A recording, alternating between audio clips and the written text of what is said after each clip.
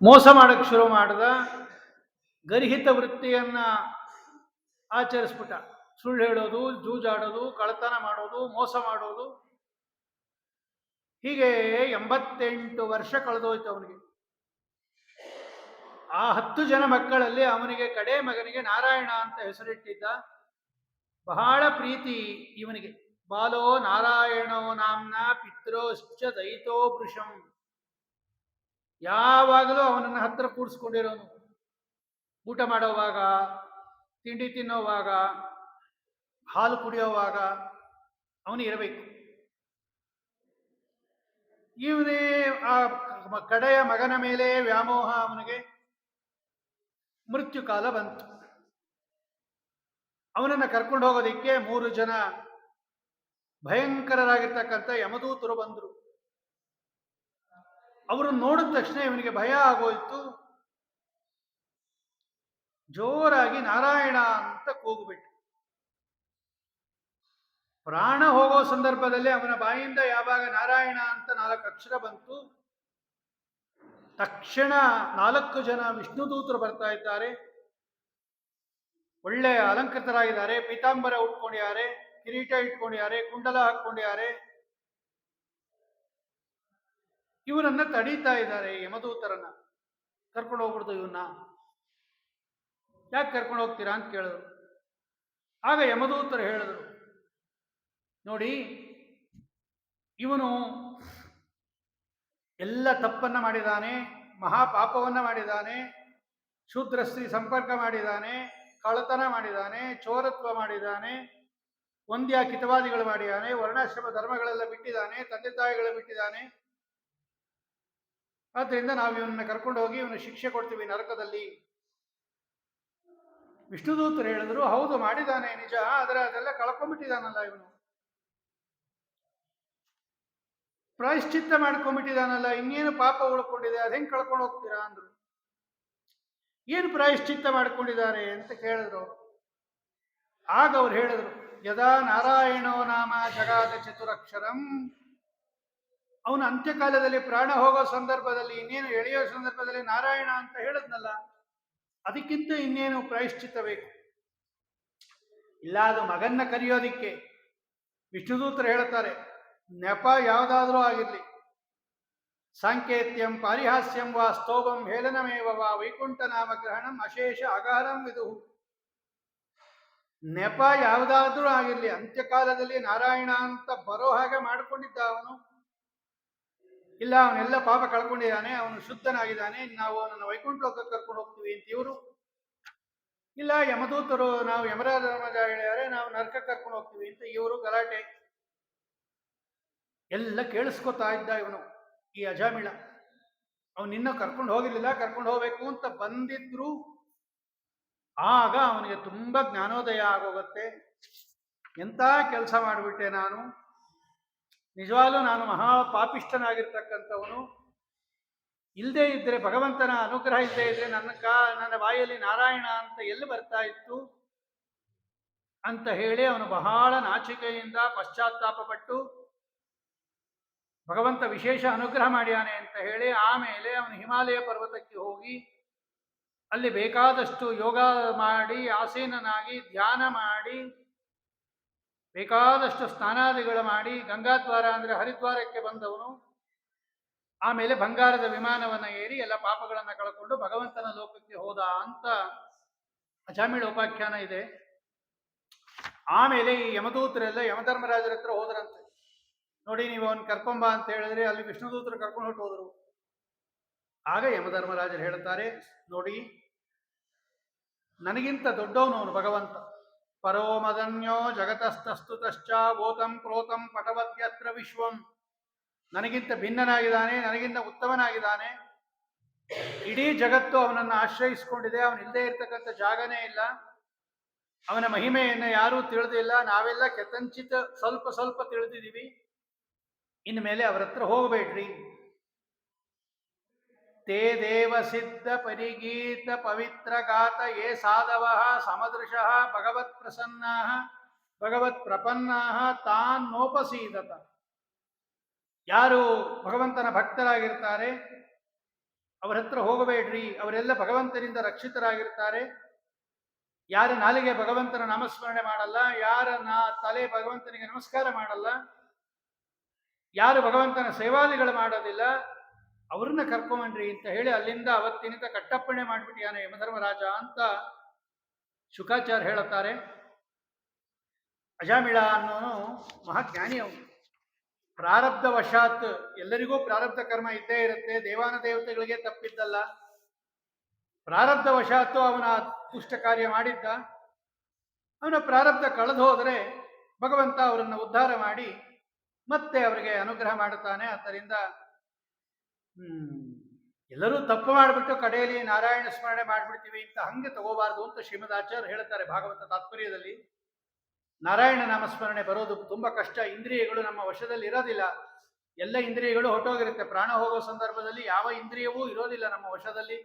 ಕಪಿಲರೂಪಿ ಪರಮಾತ್ಮ ಹೇಳುತ್ತಾನೆ, ಅಂಥ ಸಂದರ್ಭದಲ್ಲಿ ನಮ್ಮ ಬಾಯಲ್ಲಿ ನಾರಾಯಣ ಅಂತ ಬರಬೇಕಾದ್ರೆ ಭಗವಂತನ ಅನುಗ್ರಹ ಇರಬೇಕು, ಪೂರ್ವಜನ್ಮದ ಸುಕೃತ ಇರಬೇಕು, ಅವನೇ ನುಡಿಸ್ಬೇಕು ಒಳಗಡೆ ಇದ್ದು. ಅಂತಹ ಭಗವಂತ ನಾರಾಯಣ ಅಂತಕ್ಕಂತಹ ನಾಮವನ್ನು ನುಡಿಸ್ದ ತನ್ನ ಕಡೆ ಗಮನ ಕೊಟ್ಬಿಟ್ಟ ಭಗವಂತ. ದೂರೇ ಕ್ರೀಡನಕಾಸಕ್ತಂ, ವೈಕುಂಠಾದಿ ಲೋಕಗಳಲ್ಲಿ ಕ್ರೀಡಾಸಕ್ತನಾಗಿರ್ತಕ್ಕಂಥ, ಅಂದರೆ ಸೃಷ್ಟಿ ಸ್ಥಿತ್ಯಾದಿಗಳು ವ್ಯಾಪಾರವನ್ನು ಮಾಡತಕ್ಕಂತಹ ಭಗವಂತನ ಕಡೆಗೆ ಇವನ ಗಮನ ಕೊಟ್ಬಿಟ್ಟಿದ್ದ ಅಂತ ಹೇಳಿ ತಪ್ಪು ತಿಳ್ಕೋಬೇಡ್ರಿ.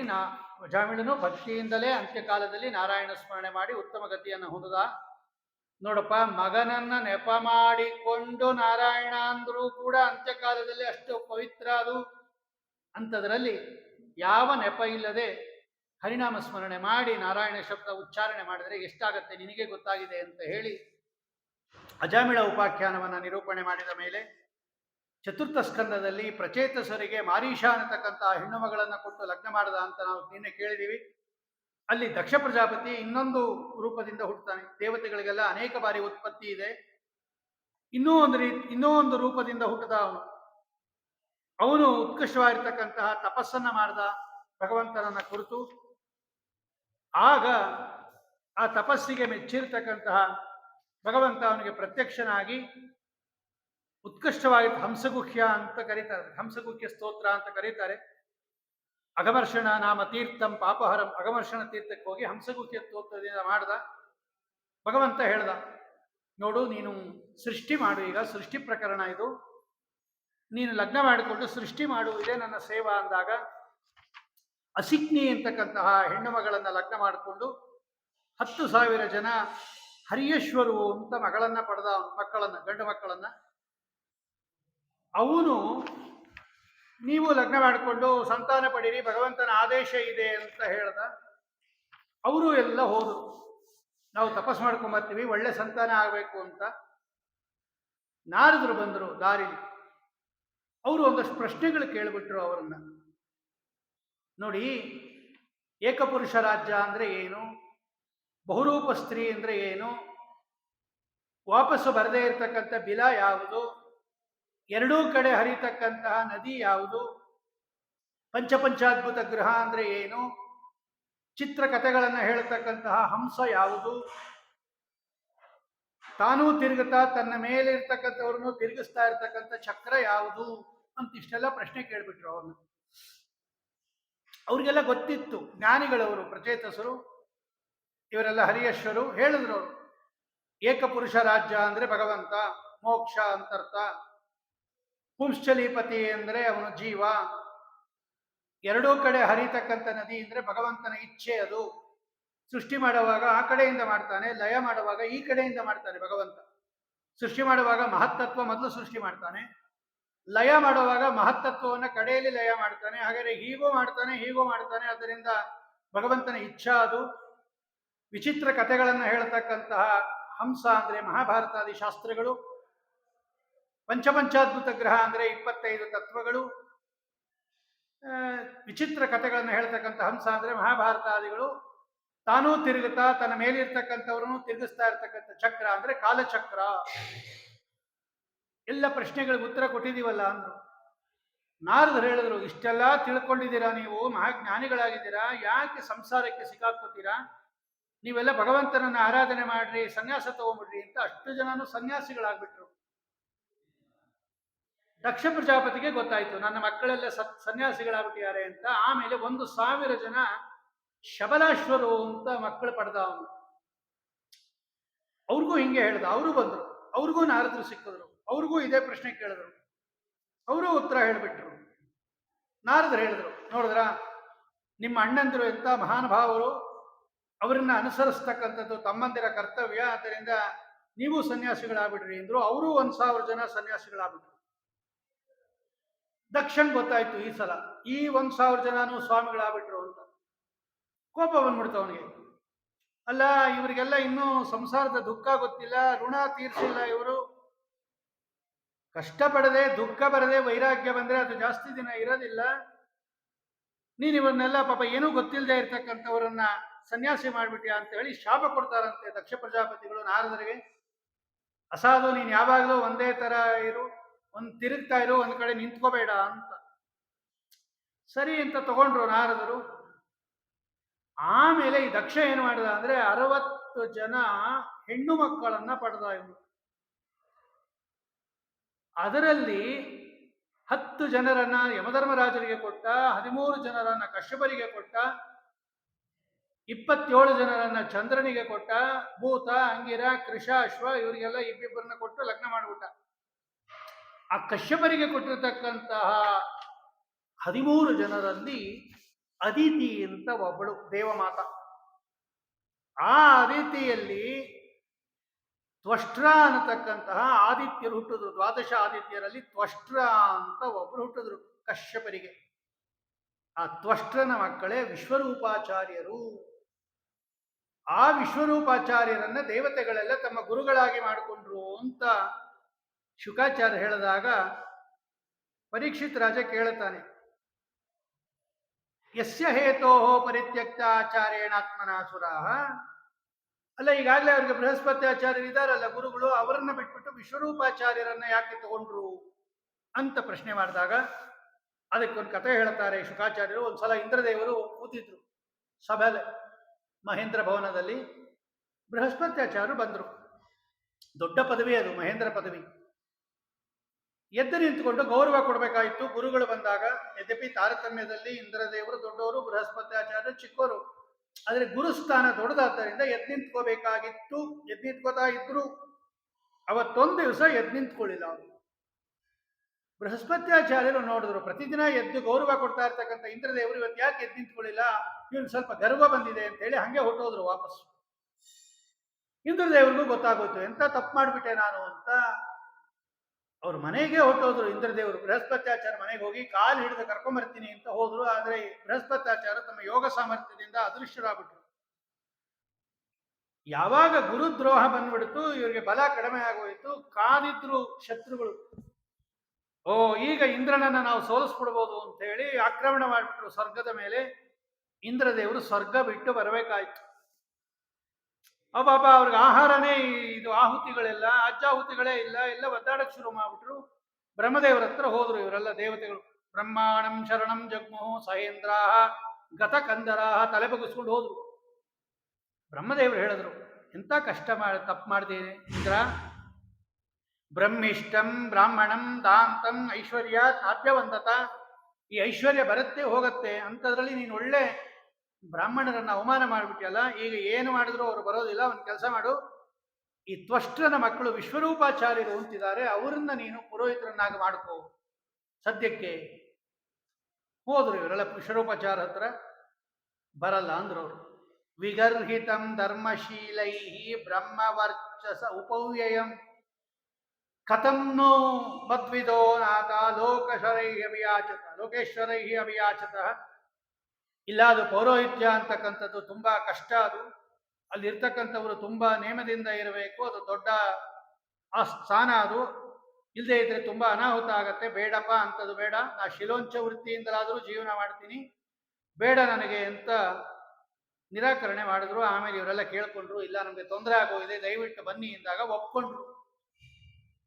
ಬಂದ್ರು ಅವರು. ವಿಶ್ವರೂಪಾಚಾರ್ಯರು ಮೊದಲು ಮಾಡಿದ ಕೆಲಸ ಏನು ಅಂದ್ರೆ, ಇಂದ್ರದೇವರಿಗೆ ಸ್ವರ್ಗ ವಾಪಸ್ ಬರ್ಬೇಕಲ್ವಾ, ಅವರಿಗೆ ಈ ಸ್ತೋತ್ರ ಹೇಳಿಕೊಟ್ರು. ಇದೇ ನಾರಾಯಣ ವರ್ಮ. ನಿಂಗೊಂದು ಒಳ್ಳೆ ಸ್ತೋತ್ರ ಹೇಳ್ಕೊಡ್ತೀನಿ ಇಂದ್ರ, ಇದನ್ನು ಜಪ ಮಾಡು ಅಂತ ಹೇಳಿ ಪೂರ್ವ ದಿಕ್ಕಿಗೆ ಕೂತ್ಕೊಂಡು ಆಚಮನ ಮಾಡಿ ಅಂಗನ್ಯಾಸ ಕರನ್ಯಾಸಾದಿಗಳು ಮಾಡಿ ಧ್ಯಾನ ಶ್ಲೋಕ ಮಾಡಿ ಶ್ರದ್ಧೆಯಿಂದ ಅದನ್ನು ಭಕ್ತಿಪೂರ್ವಕವಾಗಿ ಸ್ತೋತ್ರ ಮಾಡಬೇಕು. ಓಂ ಹರಿರ್ವಿದಧ್ಯಾತ್ಮಮ ಸರ್ವರಕ್ಷ ನ್ಯಸ್ತಂಗ್ರಿ ಪದ್ಮ ಪತಗೇಂದ್ರ ಪೃಷ್ಠೆ ದರಾರಿ ಚರ್ಮಾಸಿ ಗದೇಶು ಚಾಪ ಪಾಶಾಂತದಾನೋಷ್ಟ ಗುಣೋಷ್ಟ ಬಾಹು ಜಲೇಶು ಮಾಂ ರಕ್ಷತು ಮತ್ಸ್ಯಮೂರ್ತಿ ಯಾದೋ ಗಣೇಭ್ಯೋ ವರುಣಸ್ಯ ಪಾಶಾತ್. ಭಗವಂತನ ಈ ರೂಪಗಳು ನನ್ನನ್ನು ರಕ್ಷಣೆ ಮಾಡಲಿ ಅಂತ. ವರ್ಮ ಅಂದರೆ ಕವಚ ಅಂತ.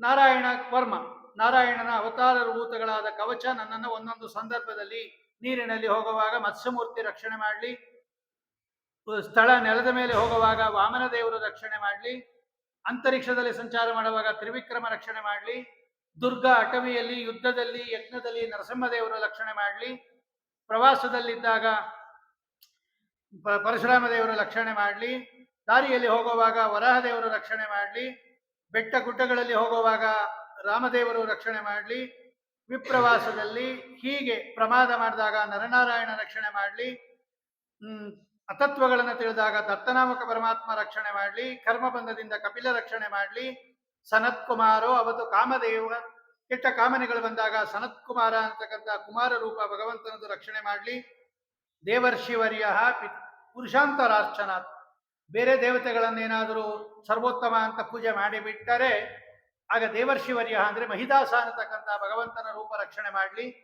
ದಾರಿಯಲ್ಲೇನಾದರೂ ಭಗವಂತನನ್ನ ಅನಾದರ ಮಾಡಿದರೆ ಹಯಗ್ರೀವ ದೇವರ ರಕ್ಷಣೆ ಮಾಡಲಿ, ಅಪತ್ಯ ಆದರೆ ಧನ್ವಂತರಿ ರಕ್ಷಣೆ ಮಾಡಲಿ, ವೇದವ್ಯಾಸ ದೇವರು ರಕ್ಷಣೆ ಮಾಡಲಿ ಅಂತ ಭಗವಂತನ ರೂಪಗಳು. ಆಮೇಲೆ ಬೆಳಗ್ಗೆಯಿಂದ ಪ್ರಾರಂಭ ಮಾಡಿ ಕೇಶವ, ನಾರಾಯಣ, ಗೋವಿಂದ, ಮಧುಸೂದನ, ತ್ರಿವಿಕ್ರಮ, ವಾಮನ, ಶ್ರೀಧರ, ಪದ್ಮನಾಭಾದಿ ರೂಪಗಳು ಬೆಳಗ್ಗೆಯಿಂದ ಪ್ರಾರಂಭ ಮಾಡಿ ರಾತ್ರಿ ತನಕ ರಕ್ಷಣೆ ಮಾಡಲಿ. ಆಮೇಲೆ ಭಗವಂತನ ಶಂಖಚಕ್ರ ಗದಾಪದ್ಮಗಳು ಭೂತ ಪ್ರೇತ ಪಿಶಾಚಿಗಳಿಂದ ರಕ್ಷಣೆ ಮಾಡಲಿ ಅಂತ. ಇದು ನಾರಾಯಣ ವರ್ಮ. ಕನ್ನಡದಲ್ಲಿ ವಾದಿರಾಜರು ಮಾಡಿಕೊಟ್ಟಿದ್ದಾರೆ, ವ್ಯಾಸರಾಜರು ಮಾಡಿಕೊಟ್ಟಿದ್ದಾರೆ, ಇಬ್ಬರೂ ಮಾಡಿಕೊಟ್ಟಿದ್ದಾರೆ ತರ್ಜಮೆ. ಅದನ್ನು ವಿಶೇಷ ಪಾರಾಯಣ ಮಾಡಬೇಕು ನಾರಾಯಣ ವರ್ಮವನ್ನು. ಇದು ಇತರ ದೇವರು ಪಾರಾಯಣ ಮಾಡಿದ್ರು. ಅವರು ದೊಡ್ಡ ಅಧಿಕಾರಿಗಳು, ಸಿದ್ಧಿಸ್ಬಿಡ್ತು. ಅದು ಶಕ್ತಿನೂ ಬಂತು, ಮತ್ತೆ ಸ್ವರ್ಗಲೋಕನೂ ಬಂತು. ಅವತ್ತಿಂದ ವಿಶ್ವರೂಪಾಚಾರ್ಯರು ಪುರೋಹಿತರಾದ್ರು ಇವರಿಗೆ.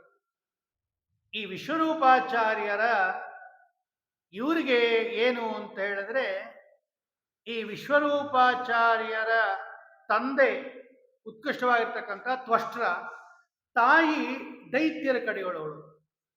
ತ್ವಷ್ಟ್ರ ದೇವತೆ ಆದಿತ್ಯ, ಈ ತಾಯಿ ಸ್ವಲ್ಪ ದೈತ್ಯರ ಕಡೆಯೊಳವಳು. ಸ್ವಲ್ಪ ತಾಯಿ ಮೇಲೂ ಅಭಿಮಾನವಿಗೆ, ಆ ವಂಶದ ಮೇಲೆ ಅವ್ರಿಗೂ ಒಂದು ಆಹುತಿ ಹಾಕಿಸ್ಬಿಡೋರಂತೆ. ಮಾತೃಸ್ನೇಹೇನ ಕರ್ಷಿತ, ಮಾತೃಸ್ನೇಹ ವಶಾನುಗ. ಜೋರಾಗಿ ಇವ್ರಿಗೆ ಹಾಕೋರು, ಸ್ವಲ್ಪ ಮೆತ್ತಿಗೆ ಉಪಾಂಶ ಅವ್ರಿಗೂ ಹಾಕಿಸ್ಬಿಡೋರು. ಇಂದ್ರದೇವರು ನೋಡಿದ್ರು, ಇದೇನು ನಮ್ಮ ಶತ್ರುಗಳಿಗೆ ಆಹುತಿ ಹಾಕಿಸ್ತಾರೆ ಇವರು ಅಂತ ಕೋಪ ಬಂದ್ಬಿಡ್ತು. ಅವ್ರಿಗೆ 3 ತಲೆ, ಅವರಿಗೆ ವಿಶ್ವರೂಪಾಚಾರ್ಯರಿಗೆ ಎಲ್ಲ ಕತ್ತರಿಸ್ಬಿಟ್ರು. ಸೋಮಾಪೀತ, ಸುರಾಪೀತ, ಅನ್ನಾದ ಅಂತ 3 ತಲೆನೂ ಕತ್ತರಿಸ್ಬಿಟ್ರು. ಒಂದು ಕಪಿಂಜಲ ಪಕ್ಷಿ ಆಯಿತು, ಒಂದು ಕಳವಿಂಕ ಪಕ್ಷಿ ಆಯಿತು, ಒಂದು ತಿತ್ತರಿ ಪಕ್ಷಿ ಆಗಿ ಹಾರೋಯ್ತದು. ಇವರಿಗೆ ಬ್ರಹ್ಮಹತ್ಯಾ ದೋಷ ಬಂದ್ಬಿಡ್ತು. ಯದ್ಯಪಿ ದೇವತೆಗಳಿಗೆಲ್ಲ ಬರೋದಿಲ್ಲ, ಪ್ರಾರಬ್ಧ ಕರ್ಮ. ಆ ಬ್ರಹ್ಮಹತ್ಯೆ ಕೈಯಲ್ಲಿ ಹಿಡ್ಕೊಂಡು 1 ವರ್ಷ ಓಡಾಡಿದ್ರು. ಯಾರಾದರೂ ತಗೋತೀರಾ ಈ ಬ್ರಹ್ಮಹತ್ಯೆ ದೋಷ ಅಂತ ಹೇಳಿದ್ರು. ಆಗ ಈ 4 ಜನ ಮುಂದೆ ಬಂದ್ರು. ನೋಡ್ರಿ, ಭೂಮಿ ಬಂತು, ನಾನು ಕಾಲು ಭಾಗ ತಗೋತೀನಿ, ಆದರೆ ನಮ್ಗೊಂದು ವರ ಕೊಡ್ಬೇಕು. ಕಾತಪೂರ ವರೇಣವೈ, ನಮ್ಮನ್ನು ಯಾರಾದರೂ ತೋಡಿದ್ರೆ ಅದಾಗದೆ ಮುಚ್ಕೊಂಡ್ಬಿಡ್ಬೇಕು. ತಥಾಸ್ತು ಅಂದ್ರು ಇಂದ್ರದೇವರು. ಕಾಲು ಭಾಗ ಬ್ರಹ್ಮಹತ್ಯೆ ತಗೋತು ಭೂಮಿ. ಇದೇ ಮರುಭೂಮಿ, ಅದಕ್ಕೆ ಅಲ್ಲಿ ಏನು ಬೆಳೆಯೋದಿಲ್ಲ, ಅದು ಬ್ರಹ್ಮಹತ್ಯೆ ಭಾಗ, ಅದು ಭೂಮಿದು. ಸರಿ, ತುರಿಯಂ ಛೇದರೋಹೇಣ, ನಾವು ಕತ್ತರಿಸಿದ್ರೆ ಮತ್ತೆ ಬೆಳಿಬೇಕು ಅಂತ ಹೇಳಿ ವೃಕ್ಷಗಳು ತಗೋತು ಕಾಲು ಭಾಗ. ಆ ನಿರ್ಯಾಸ ರೂಪೇಣ ಅಂಟು ಸುರಿಯತ್ತಲ್ಲ ಮರದಿಂದ, ಅದು ಅದೇ ಬ್ರಹ್ಮಹತ್ಯ. ನೀರು ತಗೋತು, ನಾವು ಎಲ್ಲದಕ್ಕಿಂತ ಜಾಸ್ತಿ ಇರಬೇಕು ನಾವು ನೀರು ಬೇರೆ ಪಂಚಭೂತಗಳಿಗಿಂತ ಅಂತ. ತಥಾಸ್ತು ಅಂದ್ರು. ಆ ಬುದ್ಬುದ ನೊರೆ ಮತ್ತು ಗುಳ್ಳೆ ಇದೆಯಲ್ಲ, ಅದೆರಡು ಬ್ರಹ್ಮಹತ್ಯ ಭಾಗ, ಅದಕ್ಕೆ ನೊರೆ ಕುಡಿಬಾರದು. ಹೆಣ್ಣು ಮಕ್ಕಳು ಬಂದರು, ನಮಗೆ ಯಾವಾಗಲೂ ಕಾಮ ಇರಬೇಕು ಶಶ್ವತ್ ಅಂತ ಹೇಳಿ ಇವರು ಕಾಲು ಭಾಗ ತಗೊಂಡ್ರು. ಇದೇ ರಜಸ್ವಲ ಅಂತ ಹೇಳಿ, ಮಾಸಿ ಮಾಸಿ ಪ್ರದರ್ಶತೆ, ಅದು ಬ್ರಹ್ಮಹತ್ಯಾ ಭಾಗ ಅಂತ ಹೇಳಿ ಹಂಚ್ಬಿಟ್ಟ 4 ಜನಕ್ಕೂ. ಇದೇನೋ ಆಗೋಯ್ತು. ಆ ತ್ವಷ್ಟನಿಗೆ ಕೋಪ ಬಂದ್ಬಿಡ್ತು.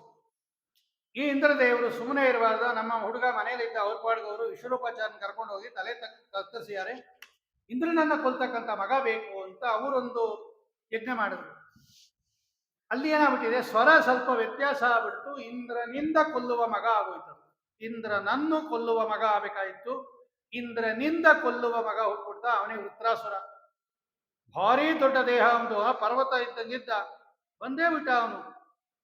ಏನು ಅವ್ನು ಕಾಲಿಟ್ಟರೆ ಗಡಗಡ ನಡಗೋದಂತೆ ನೆಲ ಎಲ್ಲ. ಇಂದ್ರದೇವರನ್ನ ಕರೆದ. ಇಂದ್ರದೇವರಿಗೂ ಇವನಿಗೆ ಯುದ್ಧ ಆಯಿತು. ಓಡ್ಬಿಟ್ರು ಇವರು, ಸ್ವರ್ಗ ಬಿಟ್ಬಿಟ್ರು. ಭಗವಂತನ ಹತ್ರ ಹೋದ್ರು, ಏನ್ ಮಾಡ್ಬೇಕು ಇವಾಗ ಅಂತ. ಭಗವಂತ ಹೇಳ್ಕೊಟ್ಟ, ನೋಡಿ ಒಂದು ಕೆಲಸ ಮಾಡಿ, ದದೀಚಿ ಅಂತ ಋಷಿಗಳಿದ್ದಾರೆ, ಅವರು ಈ ನಾರಾಯಣ ವರ್ಮ ಪಾರಾಯಣ ಮಾಡಿ ಮಾಡಿ ಮಾಡಿ ಮಾಡಿ ಮಾಡಿ ಅವರ ಅಸ್ಥಿ ಒಳಗೆಲ್ಲ ಅದರ ಪವರ್ ಹೊಟ್ಟೋಗಿದೆ, ಶಕ್ತಿ.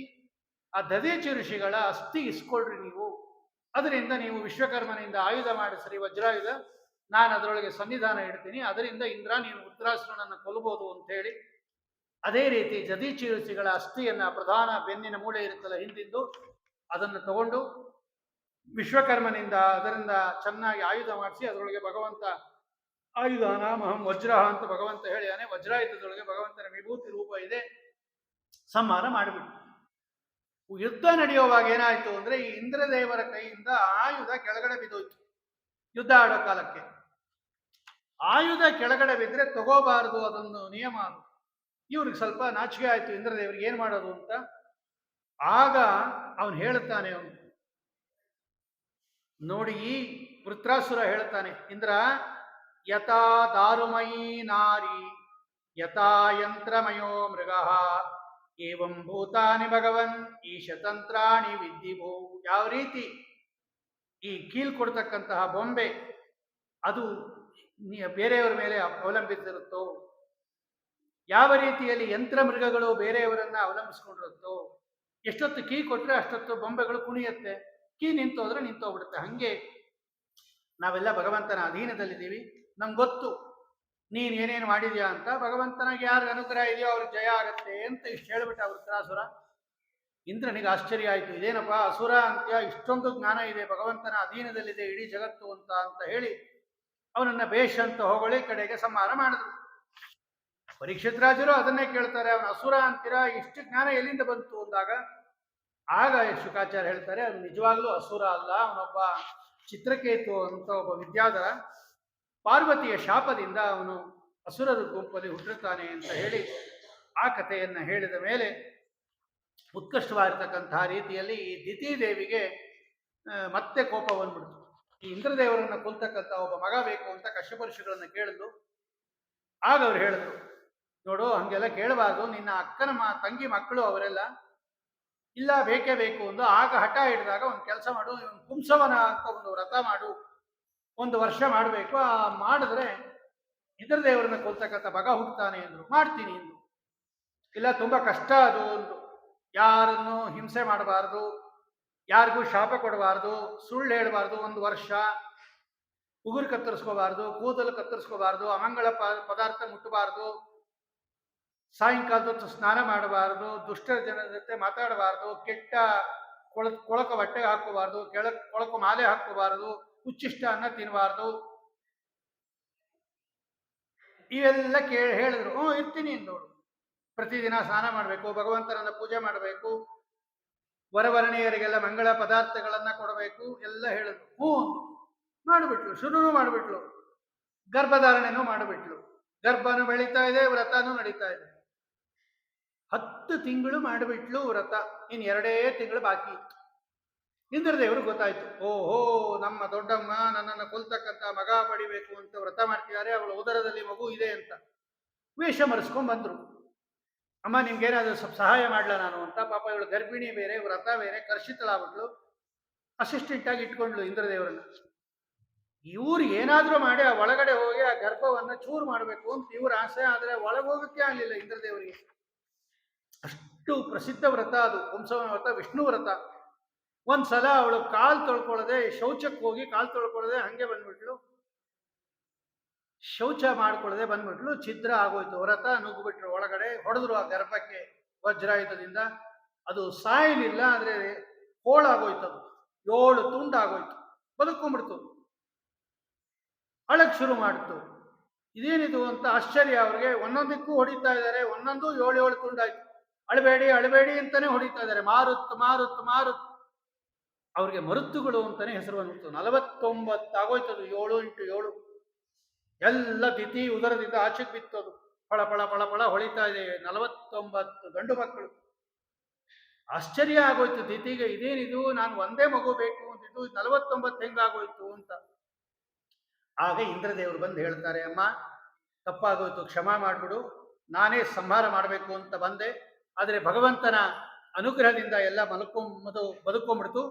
ಒಂದು ಕೆಲಸ ಮಾಡು, ಇವರನ್ನೆಲ್ಲ ನಾನು ಸ್ವರ್ಗಕ್ಕೆ ಕರ್ಕೊಂಡು ಹೋಗ್ತೀನಿ ಎಂಬುದಾಗಿ ಹೇಳಿ ಅವರನ್ನೆಲ್ಲ ಸ್ವರ್ಗಕ್ಕೆ ಕರ್ಕೊಂಡು ಹೋಗ್ಬಿಟ್ಟು ಇಂದ್ರದೇವರ ಅಧೀನದಲ್ಲಿರ್ತಾರೆ. ಅವರು 49 ಮರುದ್ದೇವತೆಗಳು ಅಂತ, ಮರುದ್ಗಣಗಳು ಅಂತ ಕರೀತಾರೆ. ಇಂತಹ ಉತ್ಕೃಷ್ಟವಾಗಿರ್ತಕ್ಕಂತಹ ಮರುದ್ಗಣಗಳ ಉಪಾಖ್ಯಾನದೊಂದಿಗೆ ಷಷ್ಠ ಸ್ಕಂದವನ್ನು ಮುಕ್ತಾಯ ಮಾಡತಕ್ಕಂಥವರಾಗಿ ಸಪ್ತಮ ಸ್ಕಂದದಲ್ಲಿ ಇದೇ ಪ್ರಶ್ನೆಯನ್ನ ಕೇಳುತ್ತಾರೆ ಪರೀಕ್ಷಿತ್ ರಾಜ. ಸ್ವಾಮಿ, ಸಮಪ್ರಿಯ ಸುಹೃದ್ಬ್ರಹ್ಮನ್ ಭೂತಾನಾಂ ಭಗವಾನ್ ಸ್ವಯಂ ಇಂದ್ರಸ್ಯಾತ್ತೆ ಕಥಂ ದೈತ್ಯಾನ್ ಅವತೀತ್ ವಿಷಮೋ ಯತ ನಹ್ಯಸ್ಯಾರ್ಥಃ ಸುರಗಣೈಃ ಸಾಕ್ಷಾನ್ ನಿಶ್ರೇಯಸಾತ್ಮನಃ ನೈವಾಸುರೇಭ್ಯೋ ವಿದ್ವೇಷೋ ನೋದ್ವೇಗಸ್ಯ ಗುಣಸ್ಯ ಹಿ. ಅಲ್ಲ, ಭಗವಂತ ಯಾಕೆ ಈ ದೇವತೆಗಳಿಗೆ ಪಕ್ಷಪಾತ ಮಾಡ್ತಾನೆ? ಅವ್ರ ಕಡೆ ಯಾಕೆ ಸೇರ್ಕೋತಾನೆ? ದೈತ್ಯರನ್ನೆಲ್ಲ ಸಂಹಾರ ಮಾಡ್ತಾನೆ. ಅವನಿಗೇನಾಗಬೇಕಾದಿಲ್ಲ, ದೇವತೆಗಳಿಂದಲೂ ಏನಾಗಬೇಕಾದಿಲ್ಲ, ದೈತ್ಯರಿಂದ ಭಯ ಇಲ್ಲ. ಮತ್ತೆ ಯಾಕೆ ದೇವತೆಗಳ ಪಕ್ಷ ವಹಿಸ್ತಾನೆ ಅವನು? ಅವನು ಏನು ದೋಷ ಇಲ್ವಾ? ಪಕ್ಷಪಾತಾದಿ ಏನು ದೋಷಗಳಿಲ್ವಲ್ಲ? ಓಂ ವೈಷಮ್ಯ ನೈರ್ಗುಣ್ಯ ಸಾಪೇಕ್ಷತ್ವ ತಥಾ ಹಿ ದರ್ಶಯತಿ ಓಂ ಅಂತ ಸೂತ್ರ ಇದೆ.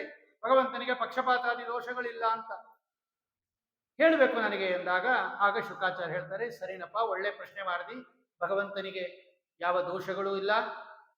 ಭಗವಂತನಿಗೆ ಪಕ್ಷಪಾತ, ನೈರ್ಗುಣ್ಯ, ದಯಾರಾಹಿತ್ಯ ಇದು ಯಾವುದೂ ಇಲ್ಲ. ನೋಡು, ಒಂದೊಂದು ಕಾಲದಲ್ಲಿ ಒಬ್ಬೊಬ್ಬರಿಗೆ ಉನ್ನಾಹ ಇರುತ್ತೆ. ಸತ್ವಗುಣಕ್ಕೆ ಉನ್ನಾಹ ಬಂದಾಗ ದೇವತೆಗಳಿಗೆ ಜಯ ಆಗತ್ತೆ, ರಜೋಗುಣಗಳಿಗೆ ಬಂದಾಗ ಅಸುರರಿಗಾಗತ್ತೆ, ತಮೋಗುಣಕ್ಕೆ ಬಂದಾಗ ಭೂತ ಪ್ರೇತ ಪಿಶಾಚಾದಿಗಳಿಗಾಗತ್ತೆ. ಅವರವರ ಯೋಗ್ಯತಾನುಸಾರವಾಗಿ ಭಗವಂತ ಅನುಗ್ರಹ ಮಾಡ್ತಾನೆ ಹೊರತು ಅವನದೇನು ಮಾಡೋದಿಲ್ಲ. ಅವರು ಸ್ವಭಾವಕ್ಕೆ ತಕ್ಕಂತೆ ಸಹಜ ಭಕ್ತರು ದೇವತೆಗಳು ಆರಾಧನೆ ಮಾಡ್ತಾರೆ, ಭಗವಂತ ಅನುಗ್ರಹ ಮಾಡ್ತಾನೆ. ಇವರು ದ್ವೇಷ ಮಾಡ್ತಾರೆ ದೈತ್ಯರುಗಳು, ಅದಕ್ಕೆ ಭಗವಂತ ಅವ್ರಿಗೆ ಶಿಕ್ಷೆ ಮಾಡ್ತಾನೆ. ಭಗವಂತ ಯಾವ ಪಕ್ಷಪಾತವನ್ನ ಮಾಡೋದಿಲ್ಲ. ನಿಂಗೊಂದು ಕಥೆ ಹೇಳ್ತೀನಿ ಕೇಳು. ಧರ್ಮರಾಜ ರಾಜಸೂಯ ಯಾಗವನ್ನ ಮಾಡಿದಾಗ ಕೃಷ್ಣನಿಗೆ ಅಗ್ರಪೂಜೆ ಮಾಡುವಂತ ಭೀಷ್ಮಾಚಾರ್ಯ ಹೇಳಿದಾಗ ಮಾಡಕ್ ಶುರು ಮಾಡಿದ್ರೆ ಈ ಶಿಶುಪಾಲ ಎದ್ದು ನಿಂತ್ಕೊಂಡು ಬೈಯಕ್ ಶುರು ಮಾಡ್ದ. ಇವನು ಚೋರ, ಇವನು ಗೊಲ್ಲ, ಇವನು ಹೇಡಿ, ಇವನು ಕಳ್ಳ, ಜಾರ, ಇವನಿಗೆ ನೀನು ಅಗ್ರಪೂಜೆ ಮಾಡಬೇಡ. ಭಗವಂತ ಚಕ್ರ ಬಿಟ್ಟ, ಶಿಶುಪಾಲನ ತಲೆ ಕತ್ತರಿಸೋಯ್ತು. ಶಿಶುಪಾಲನ ಒಳಗಿಂದ ಜ್ಯೋತಿ ಜೀವ ಬಂತು. ಭಗವಂತನ ಅಂತ ಬಾಯಿ ತೆಗೆದ ಒಳಗೊಂಡೋಯ್ತು. ಧರ್ಮರಾಜನಿಗೆ ಆಶ್ಚರ್ಯ ಆಯಿತು. ಇದೇನು ಸ್ವಾಮಿ? ನಾರದರು ಇದ್ರು ಪಕ್ಕದಲ್ಲಿ. ನಾರದರೇ, ಇದೇನಿದು? ಭಗವಂತನ ಬಾಯನ್ನ ಪ್ರವೇಶ ಮಾಡೋದು ಅಂದ್ರೆ ಅದು ಸಾಯುಜ್ಯ ಮೋಕ್ಷ. ಅದು ಏಕಾಂತ ಭಕ್ತರಿಗೂ ಸಿಗಲ್ಲ ಅದು. ಅಂಥದ್ರಲ್ಲಿ ಇವನು ಬೈದವನಿಗೂ ಹಿಂಗಾಗತ್ತೆ ಅಂದ್ರೆ ಇವತ್ತಲ್ಲ, ಆರಬ್ಧ ಕಲಭಾಷಣ. ಚಿಕ್ಕ ವಯಸ್ಸಿನಿಂದ ಇವನು ತೊದಲ ಮಾತಾಡಕ್ಕೆ ಬಂದಾಗಿಂದ ಕೃಷ್ಣನ್ ಬೈತಾ ಇದ್ದಾನೆ. ಇವನು ಇಂಥವನಿಗೂ ಈ ರೀತಿ ಆಗೋಯ್ತಾ? ನನಗೆ ಆಶ್ಚರ್ಯ ಆಗಿದೆ ಎಂದಾಗ ನಾರದ ಹೇಳ್ತಾರೆ, ಅಲ್ಲಪ್ಪ, ಅವನಿಗಲ್ಲ ಆಗಿದ್ದು, ಅವನ ಒಳಗಡೆ ಜಯ ಅಂತ ಭಕ್ತ ಇದ್ದಾನೆ, ಅವನಿಗೆ ಸದ್ಗತಿ ಆಗಿದ್ದು. ಅವನು ಪಾಪಿ, ಅವನು ನರಕಕ್ಕೆ ಹೋಗ್ತಾನೆ, ಒಳಗಡೆ ಇರ್ತಕ್ಕಂಥ ದೈತ್ಯ. ನಿಂಗೆ ಹಿಂದೆನೇ ಕತೆ ಹೇಳಿದ್ದೆ.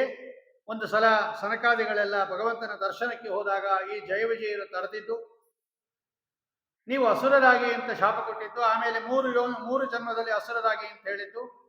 ಮೊದಲನೇ ಜನ್ಮದಲ್ಲಿ ಹಿರಣ್ಯಾಕ್ಷ ಹಿರಣ್ಯಕಶಿಪು ಆದರೂ. ಹಿರಣ್ಯಾಕ್ಷನ ಕಥೆ ಹಿಂದೆ ಹೇಳಿದ್ದೀನಿ. ಹಿರಣ್ಯಕಶಿಪುವನ್ನ ನರಸಿಂಹ ರೂಪದಿಂದ ಭಗವಂತ ಸಂಹಾರ ಮಾಡಿದ. ಹಿರಣ್ಯಾಕ್ಷನಿಂದ ವರಾದೇವರು ಸಂಹಾರ ಮಾಡಿದ್ರು. 2ನೇ ಜನ್ಮದಲ್ಲಿ ರಾವಣ ಕುಂಭಕರ್ಣರಾಗಿ ಹುಟ್ಟಿದ್ರು. ರಾಮರೂಪದಿಂದ ಭಗವಂತ ಇಬ್ಬರನ್ನು ಸಂಹಾರ ಮಾಡಿದ. ಈಗ 3ನೇ ರೂಪ ಇವ್ರದ್ದು, 3ನೇ ಜನ್ಮ. ಶಿಶುಪಾಲ ಮತ್ತು ದಂತವಕ್ರರಾಗಿದ್ದಾರೆ. ಶಿಶುಪಾಲನನ್ನ ಈ ಸಂಹಾರ ಮಾಡಿಯಾನೆ, ಮುಂದೆ ದಂತವಕ್ರನನ್ನು ಸಂಹಾರ ಮಾಡ್ತಾನೆ. ಅಲ್ಲಿಗೆ 3 ಜನ್ಮ ಮುಗೀತು. ಮತ್ತೆ ಇವರು ವೈಕುಂಠಕ್ಕೆ ಹೋಗಿ ದ್ವಾರಪಾಲಕರಾಗಿ ಸೇವೆ ಸಲ್ಲಿಸಿ ಬ್ರಹ್ಮದೇವರ ಜೊತೆಯಲ್ಲಿ ಇವರೆಲ್ಲ ಮೋಕ್ಷವನ್ನು ಹೊಂದುತ್ತಾರೆ ಅಂತ ಕೇಳಿದಾಗ ಆಗ ಕೇಳ್ತಾನೆ, ನರಸಿಂಹದೇವರ ಕಥೆಯನ್ನ ಹೇಳ್ರಿ ನಮಗೆ. ಧರ್ಮರಾಜ ಕೇಳ್ತಾನೆ, ಯಾಕೆ ಹಿರಣ್ಯಕಶಿಪುವನ್ನ ಭಗವಂತ ನರಸಿಂಹ ರೂಪದಿಂದ ಕೊಂದ? ದಯವಿಟ್ಟು ಆ ಕಥೆಯನ್ನ ಹೇಳಬೇಕು ಅಂದಾಗ ನಾರದರು ಹೇಳ್ತಾರೆ, ಭ್ರಾತುರಿ ಏವಂ ವಿನೀತೆ ಹರುಣ ಕ್ರೋಡಮೂರ್ತಿನ ಹಿರಣ್ಯಕಶಿಪು ರಾಜನ್ ಪರ್ಯತಪ್ಯದೃಶಾ ಶುಚ. ಯಾವಾಗ ವರಾಹ ರೂಪದಿಂದ ಭಗವಂತ ಹಿರಣ್ಯಾಕ್ಷನನ್ನು ಸಂಹಾರ ಮಾಡಿಬಿಟ್ಟ, ಇವನಿಗೆ ಮಹಾಕೋಪ ಬಂದ್ಬಿಡ್ತು. ಇವನಿಗೆ ಕೋಪ, ದುಃಖ, ಹಲ್ಲು ಕಚ್ಚುತ್ತಾ ಇದ್ದಾನೆ, ಕೆಂಪು ಕಣ್ಣು ಮಾಡ್ಕೊಂಡ್ಬಿಟ್ಟಿದ್ದಾನೆ, ನಿಟ್ಟುಸಿರು ಬಿಡ್ತಾ ಇದ್ದಾನೆ, ಆಕಾಶವನ್ನ ನೋಡ್ತಾ ಇದ್ದಾನೆ. ಅವನು ಮಹಾಕೋಪ ಬಂದ್ಬಿಡ್ತು. ಆ ಕೋರೆ ಹಲ್ಲು ಮಸೀತಾ ಇದ್ದಾನೆ. ಎಲ್ಲರನ್ನು ಕರೆದ, ಬನ್ರಿ ಎಲ್ಲ, ಶತಬಾಹು, ಹಯಗ್ರೀವ, ನಮುಚ, ಪಾಕ, ಇಲ್ವಲ, ವಿಪ್ರಚಿತ್ತಿ, ಪುಲೋಮ ಎಲ್ಲ ಕೇಳ್ರಿ ನನ್ನ ಮಾತು. ಈ ವಿಷ್ಣು ಇದಾನಲ್ಲ, ಇವನು ಪಕ್ಷಪಾತಿ, ಇವನು ದೇವತೆಗಳ ಪಕ್ಷಪಾತಿ. ಅವರ ಪಕ್ಷವನ್ನ ಹಿಡಿದು ನಮ್ಮ ತಮ್ಮನನ್ನು ಸಂಹಾರ ಮಾಡಿದ್ದಾನೆ. ಈ ತ್ರಿಶೂಲದಿಂದ ಅವನನ್ನು ಚುಚ್ಚಿ ಅವನ ರಕ್ತದಿಂದ ನನ್ನ ತಮ್ಮನಿಗೆ ತರ್ಪಣ ಕೊಡ್ತೀನಿ ನಾನು, ಆಗಲೇ ನನಗೆ ತೃಪ್ತಿ ಆಗೋದು. ಒಂದು ಕೆಲಸ ಮಾಡ್ರಿ, ಈ ವಿಷ್ಣುಗೆ ಬಲ ಜಾಸ್ತಿ ಬ್ರಾಹ್ಮಣರಿಂದ, ಅದಕ್ಕೆ ಎಲ್ಲ ಕಡೆ ಹೋಗ್ರಿ, ಭೂಲೋಕಕ್ಕೆ ಹೋಗ್ರಿ, ಪುರ, ಗ್ರಾಮ, ಉದ್ಯಾನವನ, ಆಶ್ರಮ, ಕೇಟ, ಕರ್ಪಟ, ಘೋಷ ಎಲ್ಲ ಸುಟ್ಟು ಬಿಡ್ರಿ. ಸೇತುವೆಗಳನ್ನೆಲ್ಲ ಒಡೆದಾಕ್ಬಿಡ್ರಿ, ಪ್ರಾಕಾರಗಳನ್ನೆಲ್ಲ ಒಡೆದಾಕ್ಬಿಡ್ರಿ, ದೇವಸ್ಥಾನಗಳನ್ನೆಲ್ಲ ಒಡೆದಾಕ್ಬಿಡ್ರಿ, ಗೋವುಗಳನ್ನೆಲ್ಲ ಸಂಹಾರ ಮಾಡಿಬಿಡ್ರಿ, ತುಳಸಿ ಗಿಡ ಎಲ್ಲ ಕಿತ್ಬಿಡ್ರಿ, ಹೂವಿನ ಗಿಡ ಎಲ್ಲ ಕಿತ್ಬಿಡ್ರಿ. ಇವ್ರಿಗೇನು ಪೂಜೆ ಮಾಡೋಕ್ಕೆ ಇವ್ರಿಗೆ ಅವಕಾಶನೇ ಇರಬಾರ್ದು, ಪದಾರ್ಥನೇ ಇರಬಾರ್ದು, ಹಂಗೆ ಮಾಡಿಬಿಟ್ರಿ. ಅದೇನು ಮಾಡ್ತಾರೆ ಪೂಜೆ ಇವರು. ಆಗ ಇವರು ಪೂಜೆ ನಿಂತೋಗುತ್ತೆ, ವಿಷ್ಣುಗೆ ಬಲ ಕಡಿಮೆ ಆಗ್ಬಿಡುತ್ತೆ. ನಾನು ಬಲ ಹೆಚ್ಚು ಮಾಡಿಕೊಂಡು ವಿಷ್ಣುವನ್ನ ಸಂಹಾರ ಮಾಡ್ತೀನಿ ಅಂತ ಇಷ್ಟ ಆಜ್ಞೆ ಮಾಡ್ದ. ಎಲ್ಲರೂ ಭೂಮಿಗೆ ಬಂದರು, ಹಂಗೆ ಮಾಡಿದ್ರು. ಏತನ್ ಮಧ್ಯದಲ್ಲಿ ಇವನು ಸೀದಾ ಮಂದರ ಪರ್ವತಕ್ಕೆ ಹೋದ. ಸತೇಪೇ ಮಂದರ ದ್ರೋಣ್ಯ. ಇವನೇನು ಮಾಡ್ದ ಇವನು? ತಪಃ ಪರಮದಾರುಣಂ ಊರ್ಧ್ವಬಾಹು ನಭೋ ದೃಷ್ಟಿ ಪಾದಾಂಗುಷ್ಟಾಶ್ರಿತ ಮುನಿ. ಸೀದಾ ಮಂದರ ಪರ್ವತಕ್ಕೆ ಹೋಗಿ ಒಂದೇ ಕಾಲಿನ ಒಂದು ಹೆಬ್ಬೆರಳ ಮೇಲೆ ನಿಂತ್ಕೊಂಡು ಕೈಗಳನ್ನ ಮೇಲೆತ್ತಿ ಸೂರ್ಯನನ್ನ ನೋಡುತ್ತಾ ತಪಸ್ ಮಾಡಕ್ಕೆ ಶುರು ಮಾಡ್ಬಿಟ್ಟ. ಏನು ತಪಸ್ಸು ಆಗ್ತಾ ಆಗ್ತಾ ಆಗ್ತಾ ಅವನ ಜಟೆಗಳಿಂದ ಕಿಡಿಗಳು ಕಾರಕ್ಕೆ ಶುರು ಆಯ್ತು. ದೀರ್ಘ ತಪಸ್ಸದು. ಅದು ಮೇಲೆ ಮೇಲೆ ಮೇಲೆ ಮೇಲೆ ಹೋಗಕ್ಕೆ ಶುರು ಆಯ್ತು. ಅದು ಆ ತಪಸ್ಸಿನ ಜ್ವಾಲೆ ಮೇಲಿನ ಲೋಕಗಳಿಗೆಲ್ಲ ತಡೆಯಕ್ಕೆ ಆಗ್ಲಿಲ್ಲ. ಅದು ಎಲ್ಲರೂ ಬ್ರಹ್ಮದೇವರ ಹತ್ರ ಹೋದ್ರು. ಸ್ವಾಮಿ ನೋಡಿ, ಬ್ರಹ್ಮದೇವರು ನಿಮ್ಮನ್ನು ಕುರಿತೇ ತಪಸ್ ಮಾಡ್ತಾ ಇರೋದು, ಇವನು ನಿಲ್ಲಿಸಿ ಮೊದಲು, ಇಲ್ಲರೆ ನಮ್ಗೆ ಇಡಕ್ಕಾಗಲ್ಲ ಅಂದ್ರು. ಬ್ರಹ್ಮದೇವರು ಹೇಳಿದ್ರು, ಯೋಚನೆ ಮಾಡಬೇಡ್ರಿ, ನಾನು ಅವ್ನ ತಪಸ್ ನಿಲ್ಲಿಸ್ತೀನಿ ಅಂತ ಹೇಳಿ ಬಂದ್ರು. ಹಂಸಾರೂಢರಾಗಿ ಆಕಾಶದಲ್ಲಿ ನಿಂತ್ಕೊಂಡ್ರು. ಅವನೆಲ್ಲಿ ತಪಸ್ ಮಾಡ್ತಾ ಇದ್ದಾನೆ ಮಂದರ ಪರ್ವತದಲ್ಲಿ. ನೋಡ್ತಾರೆ, ಎಂತ ಸ್ಥಿತಿ ಅವಂದು ಅಂದ್ರೆ, ಅವನು ಎಲ್ಲಿದ್ದಾನೆ ಅಂತಾನೆ ಗೊತ್ತಾಗಲ್ಲ. ಹಿರಣ್ಯಕಶಿಪು ಬರೀ ಬ್ರಹ್ಮದೇವ ಬ್ರಹ್ಮದೇವ ಅಂತ ಶಬ್ದ ಕೇಳಿಸ್ತಾ ಇದೆ. ಎಲ್ಲ ಇರುವೆಗಳು ಕಚ್ಚಿಬಿಟ್ಟಿದೆ ಅವನ ದೇಹವನ್ನ. ಮಾಂಸ ಹೊಟ್ಟೋಗಿದೆ, ರಕ್ತ ಹೊಟ್ಟೋಗಿದೆ, ಚರ್ಮ ಹೊಟ್ಟೋಗಿದೆ, ಬರೀ ಅಸ್ಥಿ ಪಂಜರ ಮಾತ್ರ ನಿಂತಿದೆ. ಅದರ ಮೇಲೂ ಕೂಡ ಈ ಬೊಂಬೆಗಳು, ಬಿದಿರುಗಳು, ಗಿಡಗಳು ಎಲ್ಲ ಬೆಳ್ಕೊಂಡ್ಬಿಟ್ಟಿದೆ. ಹೇಳಪ್ಪ, ನಾ ಬಂದಿದ್ದೀನಿ, ನಿನ್ನ ತಪಸ್ಸಿಗೆ ಮೆಚ್ಚಿದ್ದೀನಿ, ಏನ್ ಬೇಕು ಕೇಳ್ಕೊ ಅಂದ್ರು. ಮಾತಾಡೋ ಸ್ಥಿತಿಲೇ ಇಲ್ಲ ಅವನು. ತಮ್ಮ ಕಮಂಡಲದಲ್ಲಿ ಉದಕ ಇತ್ತು, ಅದನ್ನು ತಗೊಂಡ್ರು, ಪ್ರೋಕ್ಷಣೆ ಮಾಡಿದ್ರು. ಈಗ ಎದ್ದು ಬಂದ ಅವನು, ಒಳ್ಳೆ ದಷ್ಟಪುಷ್ಟನಾಗಿ, ಮತ್ತೆ ಹೆಂಗೆ ಮೊದಲು ಹಂಗಿದ್ನೋ ಕಾಂತಿ ಸಂಬಂಧನಾಗಿ. ಆ ಬಿದರ ಮೊಳೆ ಎಲ್ಲ ತಗೊಂಡು ಆ ಮೇಳೆ ಎಲ್ಲ ಬೆಳೆಸಿ ವಲ್ಮೀಕ ಹುತ್ತ ಎಲ್ಲ ಒಡೆದಾಕಿ ಬಂದ. ನೋಡ್ತಾನೆ, ಹಂಸಾರೂಢರಾಗಿ ನಿಂತಿದ್ದಾರೆ, ಸ್ತೋತ್ರ ಮಾಡ್ತಾನೆ ಅವನು. ಅದಕ್ಕೆ ಮಿಶ್ರಸ್ತುತಿ ಅಂತ ಕರೀತಾರೆ. ಅಂದ್ರೆ ಯಾವ್ಯಾವ್ದು ಭಗವಂತನಿಗೆ ಹೋಗುತ್ತೋ ಅದೆಲ್ಲ ಭಗವಂತನಿಗೆ ಹೋಗುತ್ತೆ, ಯಾವ್ಯಾವ್ದು ಬ್ರಹ್ಮದೇವ್ರಿಗೆ ಹೋಗುತ್ತೋ ಬ್ರಹ್ಮದೇವ್ರಿಗೆ ಹೋಗುತ್ತೆ, ಎರಡು ಸೇರಿಸ್ಬಿಟ್ಟಿಯಾನೆ. ಆಚಾರ್ಯ ಹೇಳ್ತಾರೆ, ಅದು ಮಿಶ್ರಸ್ತುತಿ ಅಂತ ಕರೀತಾರೆ. ಆಮೇಲೆ ಹೇಳ್ದ ಅವನು, ಏನು ವರ ಕೊಡ್ತೀನಿ ಅಂತ ಬಂದ್ರಲ್ಲ, ನೀವೇನಾದ್ರೂ ವರ ಕೊಡೋದಾದ್ರೆ ಭೂತೇಭ್ಯ ತ್ವದ್ವಿ ಸೃಷ್ಟೇಭ್ಯ ಮೃತ್ಯುರ್ಮಾಮೋ ನಮ ಪ್ರಭೋ, ನಿಮ್ಮಿಂದ ಸೃಷ್ಟಿಯಾಗಿರ್ತಕ್ಕಂಥ ಯಾರಿಂದ ನನ್ನ ಮರಣ ಬರಬಾರ್ದು. ಒಳಗೆ ಹೊರಗೆ ಮೇಲೆ ಕೆಳಗೆ ಹಗಲು ರಾತ್ರಿ, ಆಯುಧದಿಂದ ಆಯುಧ ಇಲ್ಲದೇನೆ, ಭೂಮಿಯಲ್ಲಿ ಆಕಾಶದಲ್ಲಿ, ಹಸುಗಳಿಂದ ವ್ಯಸುಗಳಿಂದ, ಸುರ ಅಸುರ ಉರಗ ಯಾರಿಂದ ಮರಣ ಬರಬಾರ್ದು. ಅಪ್ರತಿದ್ವಂದನ ಆಗ್ಬೇಕು, ಏಕಾಧಿಪತ್ಯ ಆಗ್ಬೇಕು. ಆಶ್ಚರ್ಯಪಟ್ಬಿಟ್ರು ಅವರು ಬ್ರಹ್ಮದೇವರು. ನೀನ್ ತಪಸ್ಸು ಯಾರು ಮಾಡಿಲ್ಲ, ಈ ವರನೂ ಯಾರು ಕೇಳಿಲ್ಲ ಇದುವರ ತನಕ, ನೀನೇ ಫಸ್ಟ್ ಕೇಳ್ತಾ ಇರೋದು. ತಥಾಪಿ ಆದ್ರೂ ಕೊಡ್ತೀನಿ ಅಂದ್ರು. ತಥಾಸ್ತು ಅಂದ್ಬಿಟ್ರು. ವರ ತಗೊಂಡ ನೋಡ್ರಿ, ಕಾಂದ್ಲೆ ಹಾಕಿ ಶುರು ಮಾಡ್ದ. ಸೀದಾ ಇಂದ್ರದೇವರ ಹತ್ರ ಹೋದ, ಸ್ವರ್ಗಕ್ಕೆ ಹೋದ. ಇಂದ್ರದೇವರನ್ನ ಎದುರಿಸ್ಬಿಟ್ಟ. ಅವ್ರೇನು ಬ್ರಹ್ಮವರ ಇತ್ತು, ಏನು ಮಾಡೋಕ್ಕಾಗಲ್ಲ. ಇಂದ್ರದೇವರನ್ನ ಹೊಡೆದು ಓಡಿಸ್ಬಿಟ್ಟ ಸ್ವರ್ಗದಿಂದ. ತಾನು ಕೂತ್ಕೊಂಡ್ಬಿಟ್ಟ ಇಂದ್ರ ಸಿಂಹಾಸನದಲ್ಲಿ. ಅಮರಾವತಿಯನ್ನು ತನ್ನ ಅರಮನೆಯನ್ನಾಗಿ ಮಾಡಿಕೊಂಡ. ಅಲ್ಲಿ ಉದ್ಯಾನವನಗಳೆಲ್ಲ ಅವನ ಉದ್ಯಾನ. ಎಲ್ಲ ದಿಕ್ಪಾಲಕರು ನನಗೆ ನಮಸ್ಕಾರ ಮಾಡಬೇಕು ಅಂತ ಹೇಳ್ದ. ಒಳ್ಳೆ ಸುಂದರವಾಗಿರ್ತಕ್ಕಂಥ ಅರಮನೆಯಲ್ಲಿ ವಾಸ ಮಾಡ್ದ. ಎಲ್ಲಾರನ್ನೂ ಹೇಳ್ದ, ಇನ್ಮೇಲೆ ನನ್ ಪೂಜೆ ಮಾಡ್ಬೇಕು, ನಂಗೆ ಯಜ್ಞ ಮಾಡ್ಬೇಕು, ನನಗೆ ಶ್ರಾದ್ದ ಮಾಡ್ಬೇಕು, ನನ್ ಜಪ ಮಾಡ್ಬೇಕು, ನನ್ನ ಹಾಡು ಹೇಳ್ಬೇಕು ನೀವು. ಹ್ಞೂ. ಸಮುದ್ರದ ಹತ್ರ ಹೋದ, ಎಲ್ಲ ರತ್ನಗಳ ತಂದು ಹಾಕ್ಬೇಕು ನೀನು ಒಂದ್ಸಲ ಅಲೆ ಬಂದ್ರೆ ಅಂದ. ಹ್ಞೂ ಅಂತದು. ಭೂಮಿ ಹತ್ರ ಹೋದ, ನೀನೇನ್ ಉತ್ತದೋ ಬಿತ್ತದೋ ಗೊಬ್ಬರ ಹಾಕೋದು ನೀರು ಹಾಕೋದು ಅದೆಲ್ಲ ಏನಿಲ್ಲ, ನೀನಾಗಿ ನೀನೇ ಬೆಳಿಬೇಕು. ಅದು 12 ತಿಂಗಳು ಎಲ್ಲ ಹಣ್ಣುಗಳು ಇರಬೇಕು. ಎಲ್ಲ ಹಿಂಗೆ ತಿರುಗಿಸ್ಬಿಟ್ಟ, ಪ್ರಕೃತಿ ಚಕ್ರನೇ ತಿರುಗಿಸಕ್ ಶುರು ಮಾಡ್ಬಿಟ್ಟ. ಎಷ್ಟೋ ವರ್ಷಗಳಾಗೋಯ್ತು, ಹಿಂಗೆ ಸಾವಿರಾರು ವರ್ಷ ಆಯ್ತು. ದೇವತೆಗಳಿಗೆಲ್ಲ ಸಾಕಾಗೋಯ್ತು, ಎಷ್ಟು ದಿವಸ ಇವನನ್ನು ಸ್ತೋತ್ರ ಮಾಡೋದು ಅಂತೇಳಿ ಒಂದಿನ ಭಗವಂತನ ಹತ್ರ ಬಂದ್ರು. ಓಂ ನಮೋ ಭಗವತೆ ಮಹಾಪುರುಷಾಯ ಮಹಾತ್ಮನೆ ವಿಶುದ್ಧಾನುಭವಾನಂದ ಸಂದೋಹಾಯ ಯತೋ ವಯಂ. ಒಳ್ಳೆ ಮೇಘ ಗಂಭೀರ ವಾಣಿ ಕೇಳಿಸ್ತು ದೇವತೆಗಳಿಗೆ. ಮಾ ಬಹಿಷ್ಠ ವಿಪದ ಶ್ರೇಷ್ಠ, ಯಾರು ನೀವು ದುಃಖ ಪಡಬೇಡ್ರಿ, ಹೆದರಬೇಡ್ರಿ, ನನ್ನ ದರ್ಶನ ಯಾವತ್ತೂ ಕೂಡ ನಿಮ್ಮ ಅನುಗ್ರಹ ಆಗತ್ತೆ. ನಂಗೆ ಗೊತ್ತು ಇನ್ನೇನೇನು ಮಾಡ್ತಾ ಇದ್ದಾನೆ ಅಂತ, ಶಾಂತಿ ಮಾಡ್ತೀನಿ ಇವನಿಗೆ, ಸ್ವಲ್ಪ ಕಾಲ ತಡೀರಿ. ಯದಾ ದೇವೇಶು ವೇದೇಶು ಗೋಷು ವಿಪ್ರೇಶು ಸಾಧುಷು ಧರ್ಮೇ ಮೈಚ ವಿದ್ವೇಷ ಸವ ಆಶು ವಿನಶ್ಯತಿ. ಇವನು ಇನ್ನೊಂದು ಕೆಲಸ ಮಾಡ್ತಾನೆ ಮುಂದೆ. ನಿರ್ವೈರಾಯ ಪ್ರಶಾಂತಾಯ ಸ್ವಸುತಾಯ ಮಹಾತ್ಮನೆ ಪ್ರಹ್ಲಾದಾಯ ಯದಾದ್ರಹ್ಯೆ ಧನಿಷ್ಯೇಪಿ ವರೋರ್ಜಿತಂ. ಮುಂದೆ ಇವನಿಗೆ ಪ್ರಹ್ಲಾದ ಅಂತ ಒಬ್ಬ ಮಗ ಹುಡ್ತಾನೆ. ಮಹಾಬಲಿಷ್ಠ ಅವನು, ಮಹಾಭಕ್ತಿ ಉಳ್ಳವನು.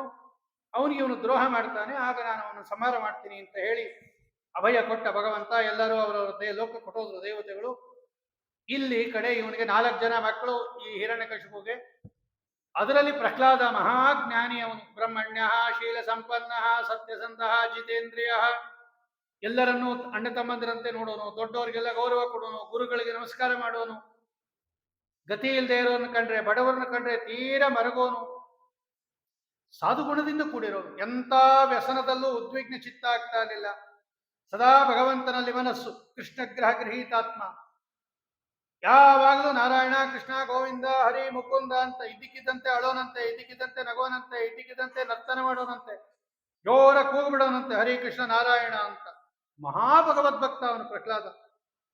ಇಂತಹ ಮಗನನ್ನ ಕೊಲ್ಲಕ್ಕೆ ಪ್ರಯತ್ನ ಪಟ್ಟ ಹಿರಣ್ಯಕಶಿಪು ಅಂದಾಗ ಧರ್ಮರಾಜ ಕೇಳ್ತಾನೆ, ಏನ್ ಸ್ವಾಮಿ ನಂಬಕ್ಕೆ ಆಗ್ತಾ ಇಲ್ಲ, ಇಷ್ಟು ಒಳ್ಳೆ ಮಗ ಅಂತೀರಾ, ಕೊಲ್ಲಕ್ಕೆ ಶುರು ಮಾಡ್ದ ಅಂತೀರಾ? ಲೋಕದಲ್ಲಿ ಯಾರು ಸಂಹಾರ ಮಾಡಲ್ವಲ್ಲ ಮಕ್ಕಳನ್ನ. ಏನೋ ತಪ್ಪು ಮಾಡಿದ್ರೆ ಬೈತಾರೆ, ಹೊಡೀತಾರೆ, ಕೊಲ್ಲೋದಿಲ್ಲ. ಯಾಕೆ ಕೊಲ್ಲಕ್ಕೆ ಪ್ರಯತ್ನ ಪಟ್ಟ ಹಿರಣ್ಯಕಶಿಪು ಅಂತ ಕೇಳಿದಾಗ ಆಗ ನಾರದರು ಹೇಳ್ತಾರೆ, ಧರ್ಮರಾಜ ಇವನು ವಿಷ್ಣು ಭಕ್ತ, ಅವನು ವಿಷ್ಣು ದ್ವೇಷಿ, ಇದೇ ಕಾರಣ. ಗೊತ್ತಾಗಿದ್ದ ಹೆಂಗೆ ನಿಂಗೆ ಕತೆ ಹೇಳ್ತೀನಿ ಕೇಳು. ಅಲ್ಲೇ ಆಶ್ರಮ, ಅದು ಅರಮನೆ ಹತ್ರ ಪಾಠಶಾಲೆ ಇತ್ತು.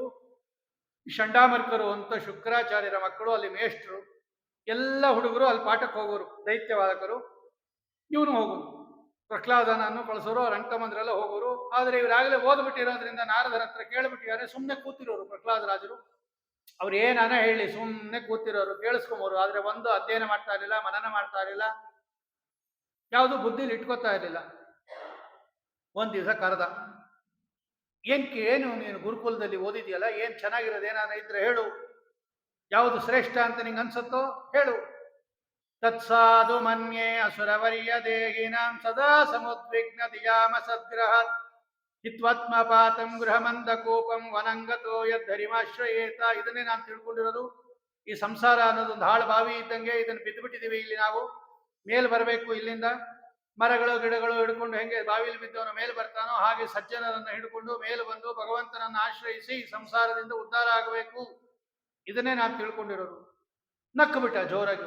ಯಾರು ಇದನ್ನೆಲ್ಲ ಹೇಳ್ಕೊಟ್ಟಿದ್ದು ನಿಂಗೆ? ಇಂಥದೆಲ್ಲ ಇಲ್ವೇ ಇಲ್ಲಲ್ಲ ನಮ್ಮ ಶಾಲೆಯಲ್ಲಿ. ಕರ್ಕೊಂಡೋಗ್ರಿ ಅಂತ ಕರೆದ. ಸರಿಯಾಗಿ ಹೇಳ್ಕೊಟ್ರಿ ನಮ್ಮ ಹುಡುಗಂಗೆ ಅಂತ ಕರ್ಕೊಂಡೋದ್ರು ಅವರು. ಇದೆಲ್ಲ ಯಾರೋ ಹೇಳ್ಕೊಟ್ರು, ನಾವು ಹೇಳ್ಕೊಟ್ಟೇ ಇರಲಿಲ್ಲ ಅಂದ್ರು. ಇಲ್ಲ, ಇದೆಲ್ಲ ನೀವು ಹೇಳ್ಕೊಟ್ಟಿದ್ದಲ್ಲ, ಅದು ನನ್ನ ಮನಸ್ಸು ಯಾವಾಗಲೂ ಭಗವಂತನ ಕಡೆ ಹೋಗುತ್ತೆ. ಯಥಾ ಬ್ರಾಹ್ಮ್ಯತಿ ಅಯೋ ಬ್ರಹ್ಮನ್. ಹೇಗೆ ಕಬ್ಬಿಣ ಅನ್ನೋದು ಮ್ಯಾಗ್ನೆಟ್ ಕಡೆ ಹೋಗಿ ಅಂಟ್ಕೊಂಬತ್ತೋ ಹಂಗೆ ನನ್ನ ಮನಸ್ಸು ಭಗವಂತನ ಕಡೆ ಹೋಗುತ್ತೆ ಅಂದ್ರು. ಕೋಪ ಬಂದ್ಬಿಡ್ತು ಅವ್ರಿಗೆ. ಏನಪ್ಪ ನಮಗೆ ಪಾಠ ಹೇಳ್ಕೊಡ್ತೀಯ ನೀನು? ಅನಿಯತಾ ಮರೇ ವೇತ್ರಂ. ತಗೊಂಬನ್ರಿ ಆ ಬೆತ್ತ ತಗೊಂಬನ್ರಿ, ಒಂದೆರಡು ಏಟ್ ಕೊಡೋಣ. ಏನೋ ರಾಜನ ಮಗ ಅಂತ ಹೇಳಿದ್ರೆ ನಮಗೆ ಪಾಠ ಹೇಳ್ಕೊಡ್ತಾನೆ. ದೈತ್ಯ ಚಂದನ ಮನೆ ಜಾತೋಯಂ ಕಟ್ಟಕದ್ರು ಮಹಾ. ದೈತ್ಯರ ವಂಶ, ಅದು ಗಂಧದ ಕಾಡಿದ್ದಂಗೆ, ನೀನೊಬ್ಬ ಜಾಲಿ ಮುಟ್ಬಿಟ್ಟಿದೆಯಲ್ಲೋ ಅಂತ ಹೇಳಿ ನಾಳೆಯಿಂದ ಸರಿಯಾಗಿ ಓದು ಅಂದ್ರು. ಅದೇ ಪಾಠ ಇವರು ಸುಮ್ಮನೆ ಕೂತಿರೋದು. ಇನ್ನೊಂದ್ಸಲ ಕರೆದ. ಈ ಸಲ ನಿಮ್ ಗುರುಗಳು ಏನ್ ಹೇಳಿದ್ದಾರೆ ಅದರಲ್ಲಿ ಹೇಳಪ್ಪ ಅಂತ ಹೇಳಿದ್ರು ಅವರು. ಶ್ರವಣಂ ಕೀರ್ತನಂ ವಿಷ್ಣೋ ಸ್ಮರಣಂ ಪಾದ ಸೇವನಂ ಅರ್ಚನಂ ವಂದನಂ ದಾಸ್ಯಂ ಸಖ್ಯಂ ಆತ್ಮನಿವೇದನಂ ಇತಿ ಪುಂಸರ್ಪಿತ ವಿಷ್ಣು ಭಕ್ತಿಶ್ಚೇ ನವಲಕ್ಷಣ ಕ್ರಿಯತೆ ಭಗವತ್ಯದ್ದ ತನ್ಮನ್ಯೇ ಅದೀತಮುತ್ತಮಂ. ಅಪ್ಪ ಓದಿದ್ದಕ್ಕೆ ಸಾರ್ಥಕ ಏನು ಅಂದ್ರೆ ಈ 9 ಲಕ್ಷಣಗಳಿಂದ ಕೂಡಿದ ಭಕ್ತಿ ಬರಬೇಕು ಭಗವಂತನಲ್ಲಿ. ಕೆಂಡ ಮಂಡ ಆಗ್ಬಿಟ್ಟ ಈ ಸಲ ಅವನು. ಬನ್ರಿ ಇಲ್ಲ ಕರೆದ, ಆ ಉಪಾಧ್ಯಾಯರನ್ನ ಕರೆದ, ಬನ್ರಿ ಇಲ್ಲಿ. ಅವ್ರು ಗಡ ಗಡ ಗಡ ನಡುತ್ತಾ ಬರ್ತಾ ಇದ್ದಾರೆ. ಹಿರಣ್ಯಕಶಿಪು ಅಂದ್ರೆ ಇಡೀ 3 ಲೋಕ ನಡಗೋದದು. ಬನ್ರಿ ಇಲ್ಲಿ. ಬ್ರಹ್ಮ ಬಂದೋ ಕಿಮೆ ತತ್ತೆ, ಬ್ರಾಹ್ಮಣ ಅದಬರ, ಏನಿದು? ನಾನು ಹೋದ್ಸಲನೇ ಹೇಳಿಲ್ವಾ ಹುಷಾರಾಗಿ ಇಟ್ಕೊಳ್ಳಿ ಅಂತ? ಏನ್ ಹೇಳ್ಕೊಟ್ಟಿದ್ದೀರಾ? ಅಸಾರಗ್ರಾಹಿತೋ ಬಾಲ, ಅಸಾರವಾಗಿರ್ತಕ್ಕಂಥ ವಿಷಯವನ್ನೆಲ್ಲ ಹೇಳಿದ್ದೀರಾ. ನಡಗಬಿಟ್ರು ಅವರು ಚಂಡಾಮರ್ಕರು.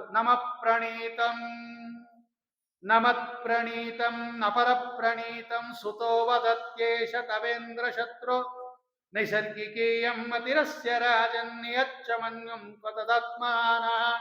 ನಮ್ಮ ಮೇಲೆ ಕೋಪ ಮಾಡ್ಕೋತ್ಯಾ? ನಾವು ಹೇಳ್ಕೊಟ್ಟಿಲ್ಲ ಇದೆಲ್ಲ. ಯಾರು ಬೇರೆಯವರು ಹೇಳ್ಕೊಟ್ರ ಅಂದ. ಬೇರೆಯವರು ಹೇಳ್ಕೊಟ್ಟಿದ್ದಲ್ಲ, ನಾವು ಹೇಳ್ಕೊಟ್ಟಿದ್ದಲ್ಲ. ಮತ್ ಎಲ್ಲಿಂದ ಬಂತು? ನೈಸರ್ಗಿಕೀಯಂ, ಸ್ವಾಭಾವಿಕವಾಗಿ ನಿನ್ನ ಮಗ ವಿಷ್ಣು ಭಕ್ತ, ಅವನು ಹೇಳ್ಕೊಟ್ಟಿದ್ದಲ್ಲ. ನಮ್ಮ ಮೇಲೆ ಯಾಕೆ ಕೋಪ ಮಾಡ್ಕೋತ್ಯ? ಸ್ವಲ್ಪ ಕೋಪ ಕಡಿಮೆ ಮಾಡ್ಕೊಂಡ್ರು. ಅವನ್ನೇ ಕೇಳ್ದ, ಎಲ್ಲಿಂದನೋ ಬಂತು ನಿಂಗೆ ಈ ಬುದ್ಧಿ? ಅಮಂಗಳ ನೀನು ಚಿಕ್ಕಪ್ಪನನ್ನ ಕೊಂದಿರತಕ್ಕಂಥ ಹರಿಯ ಮೇಲೆ ಇಷ್ಟೊಂದು ಭಕ್ತಿ, ಇಷ್ಟೊಂದು ಪ್ರೀತಿ ಎಲ್ಲಿಂದ ಬಂತು ನಿಂಗೆ?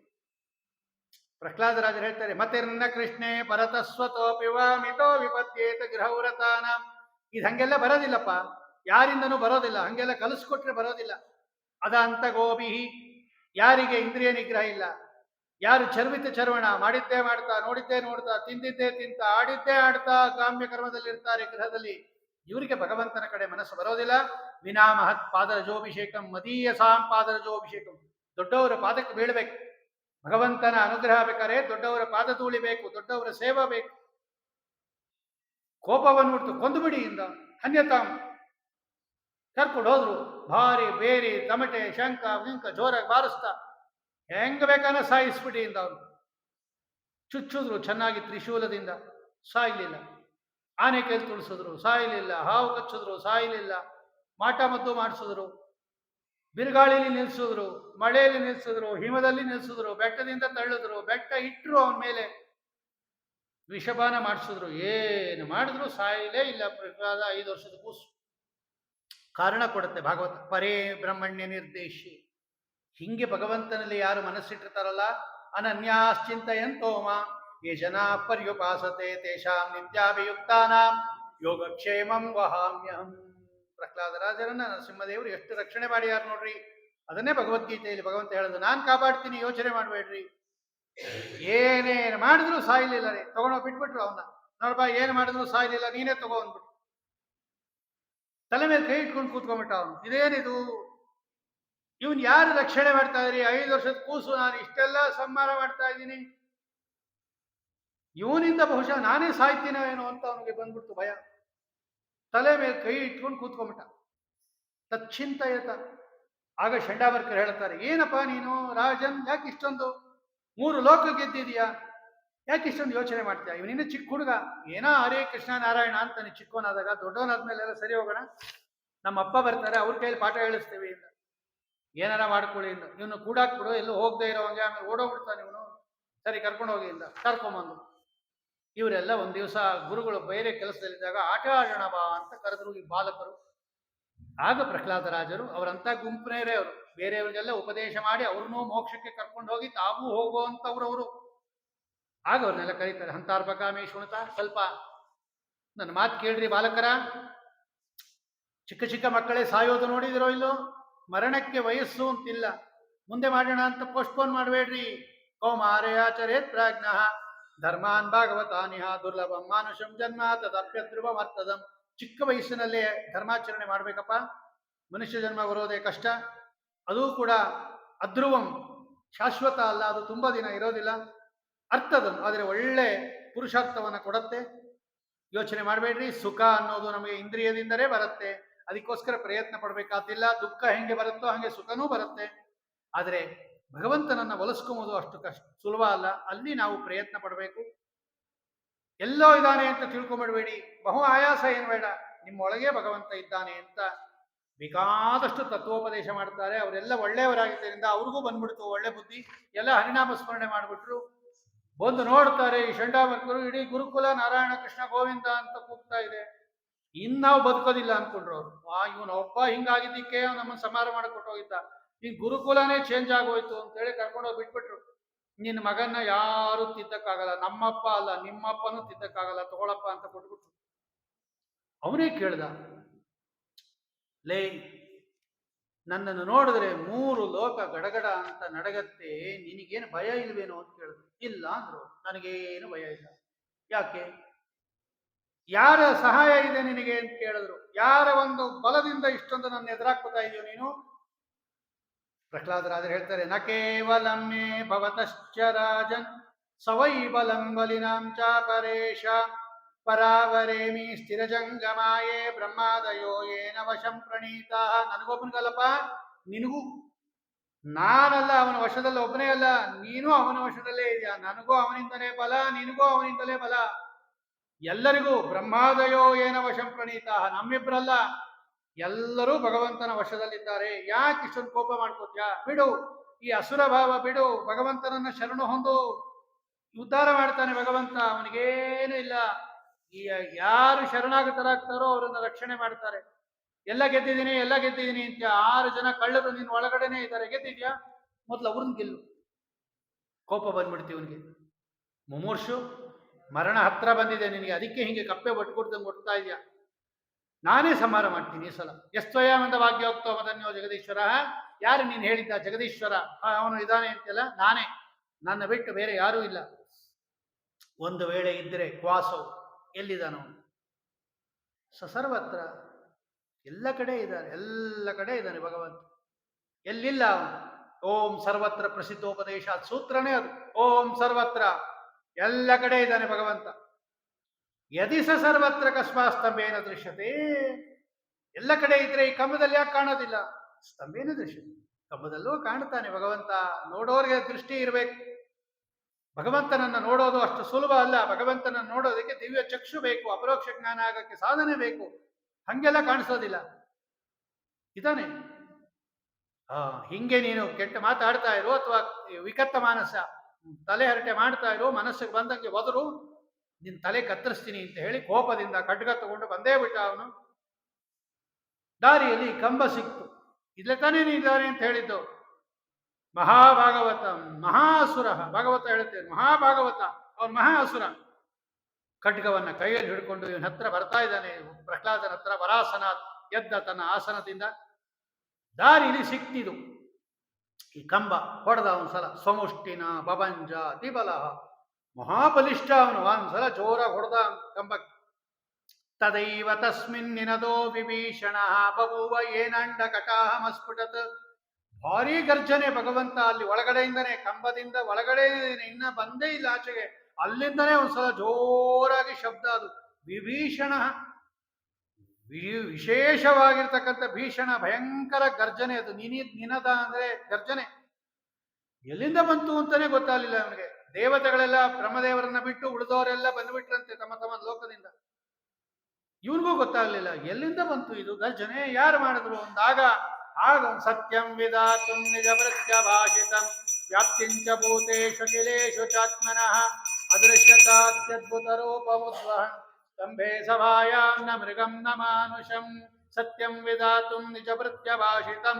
ನಿಜಭೃತ್ಯ ಅಂದ್ರೆ ಪ್ರಹ್ಲಾದ, ನಿಜಭೃತ್ಯ ಅಂದ್ರೆ ಬ್ರಹ್ಮದೇವರು, ನಿಜಭೃತ್ಯ ಅಂದ್ರೆ ಸನಕಾದಿಗಳು, ನಿಜಭೃತ್ಯರು ಅಂದ್ರೆ ಜಯ ವಿಜಯರು, ನಿಜಭೃತ್ಯರು ಅಂದ್ರೆ ನಾರದರು, ನಿಜಭೃತ್ಯ ಅಂದ್ರೆ ಅರ್ಜುನ, ನಿಜ ಅಂದ್ರೆ ಬ್ರಹ್ಮದೇವರು, ಅವನ ಭೃತ್ಯ ಅಂದ್ರೆ ಹಿರಣ್ಯಕಶಿಪು. ನಿಜಭೃತ್ಯರು ಅಂದ್ರೆ ಜ್ಞಾನಿಗಳು, ನಿಜಭೃತ್ಯರು ಅಂದ್ರೆ ಆಚಾರ್ಯರು, ಯಾರ್ಯಾರು ಭಗವಂತ ಸರ್ವತ್ರ ವ್ಯಾಪ್ತ ಅಂತ ಹೇಳ್ತಾನೆ ಅವರು ಎಲ್ಲ ಬರ್ದಿದ್ದಾರೆ. ಸತ್ಯಧರ್ಮರು, ಇವರೆಲ್ಲರ ಮಾತನ್ನ ಸತ್ಯಂ ವಿಧಾತುಂ, ಕಂಬದಲ್ಲಿ ಇದಾನೆ ಅಂತ ಹೇಳಿದ್ದ ಪ್ರಹ್ಲಾದರಾಜರು. ಸತ್ಯಂ ವಿಧಾತುಂ ನಿಜಭೃತ್ಯ ಭಾಷಿತಂ. ಆ ಪುಟ್ಟ ಕೂಸು ಹೇಳಿತ್ತು ಕಂಬದಲ್ಲಿ ಇದಾನೆ ಭಗವಂತ ಅಂತ. ಆ ಮಾತನ್ನ ಸತ್ಯ ಮಾಡಕ್ಕೋಸ್ಕರವಾಗಿ ಅದೃಶ್ಯತಾ ಅತ್ಯದ್ಭುತ ರೂಪಂ, ನಾನು ಎಲ್ಲ ಕಡೆ ಇದೆ ಅಂತ ತೋರ್ಸಕ್ಕೋಸ್ಕರ ಅದ್ಭುತ ರೂಪ ಅದು. ಪೂರ್ತಿ ಮೃಗವೂ ಅಲ್ಲ, ಪೂರ್ತಿ ಮನುಷ್ಯನೂ ಅಲ್ಲ, ನೃಮೃಗೇಂದ್ರ ರೂಪಂ.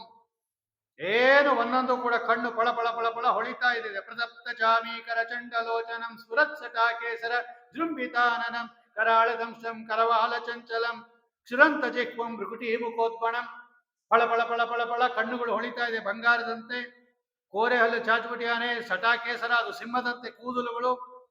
ಕೋರೆ ಹಲ್ಲು, ನಾಲ್ಗೆ ಚಾಚಿಬಿಟ್ಟಿದ್ದಾನೆ, ಒಂದದು ಕತ್ತಿ ಇದ್ದಂಗಿದೆ, ಅದು ಉಪ್ಪು ಗಂಟು ಹಾಕ್ಬಿಟ್ಟಿದ್ದಾನೆ, ಎರಡು ಕಿವಿನೂ ಮೇಲೆ ಬಂದ್ಬಿಟ್ಟಿದೆ, ಆ ಅಂತ ಬಾಯಿ ತೆಗೆದ್ಬಿಟ್ಟಿದ್ದಾನೆ ಭಗವಂತ. ಎತ್ತರಕ್ಕೆ ನಿಂತಿದ್ದಾನೆ, ಎತ್ತರದ ವಕ್ಷಸ್ಥಲ, ಚಿಕ್ಕದಾಗಿರ್ತಕ್ಕಂಥ ಉದರ, ಬಿಳಿ ಬಣ್ಣ, ಒಂದೊಂದು ವಜ್ರಾಯುಧದಂತೆ ಇರ್ತಕ್ಕಂಥ ಉಗುರುಗಳು.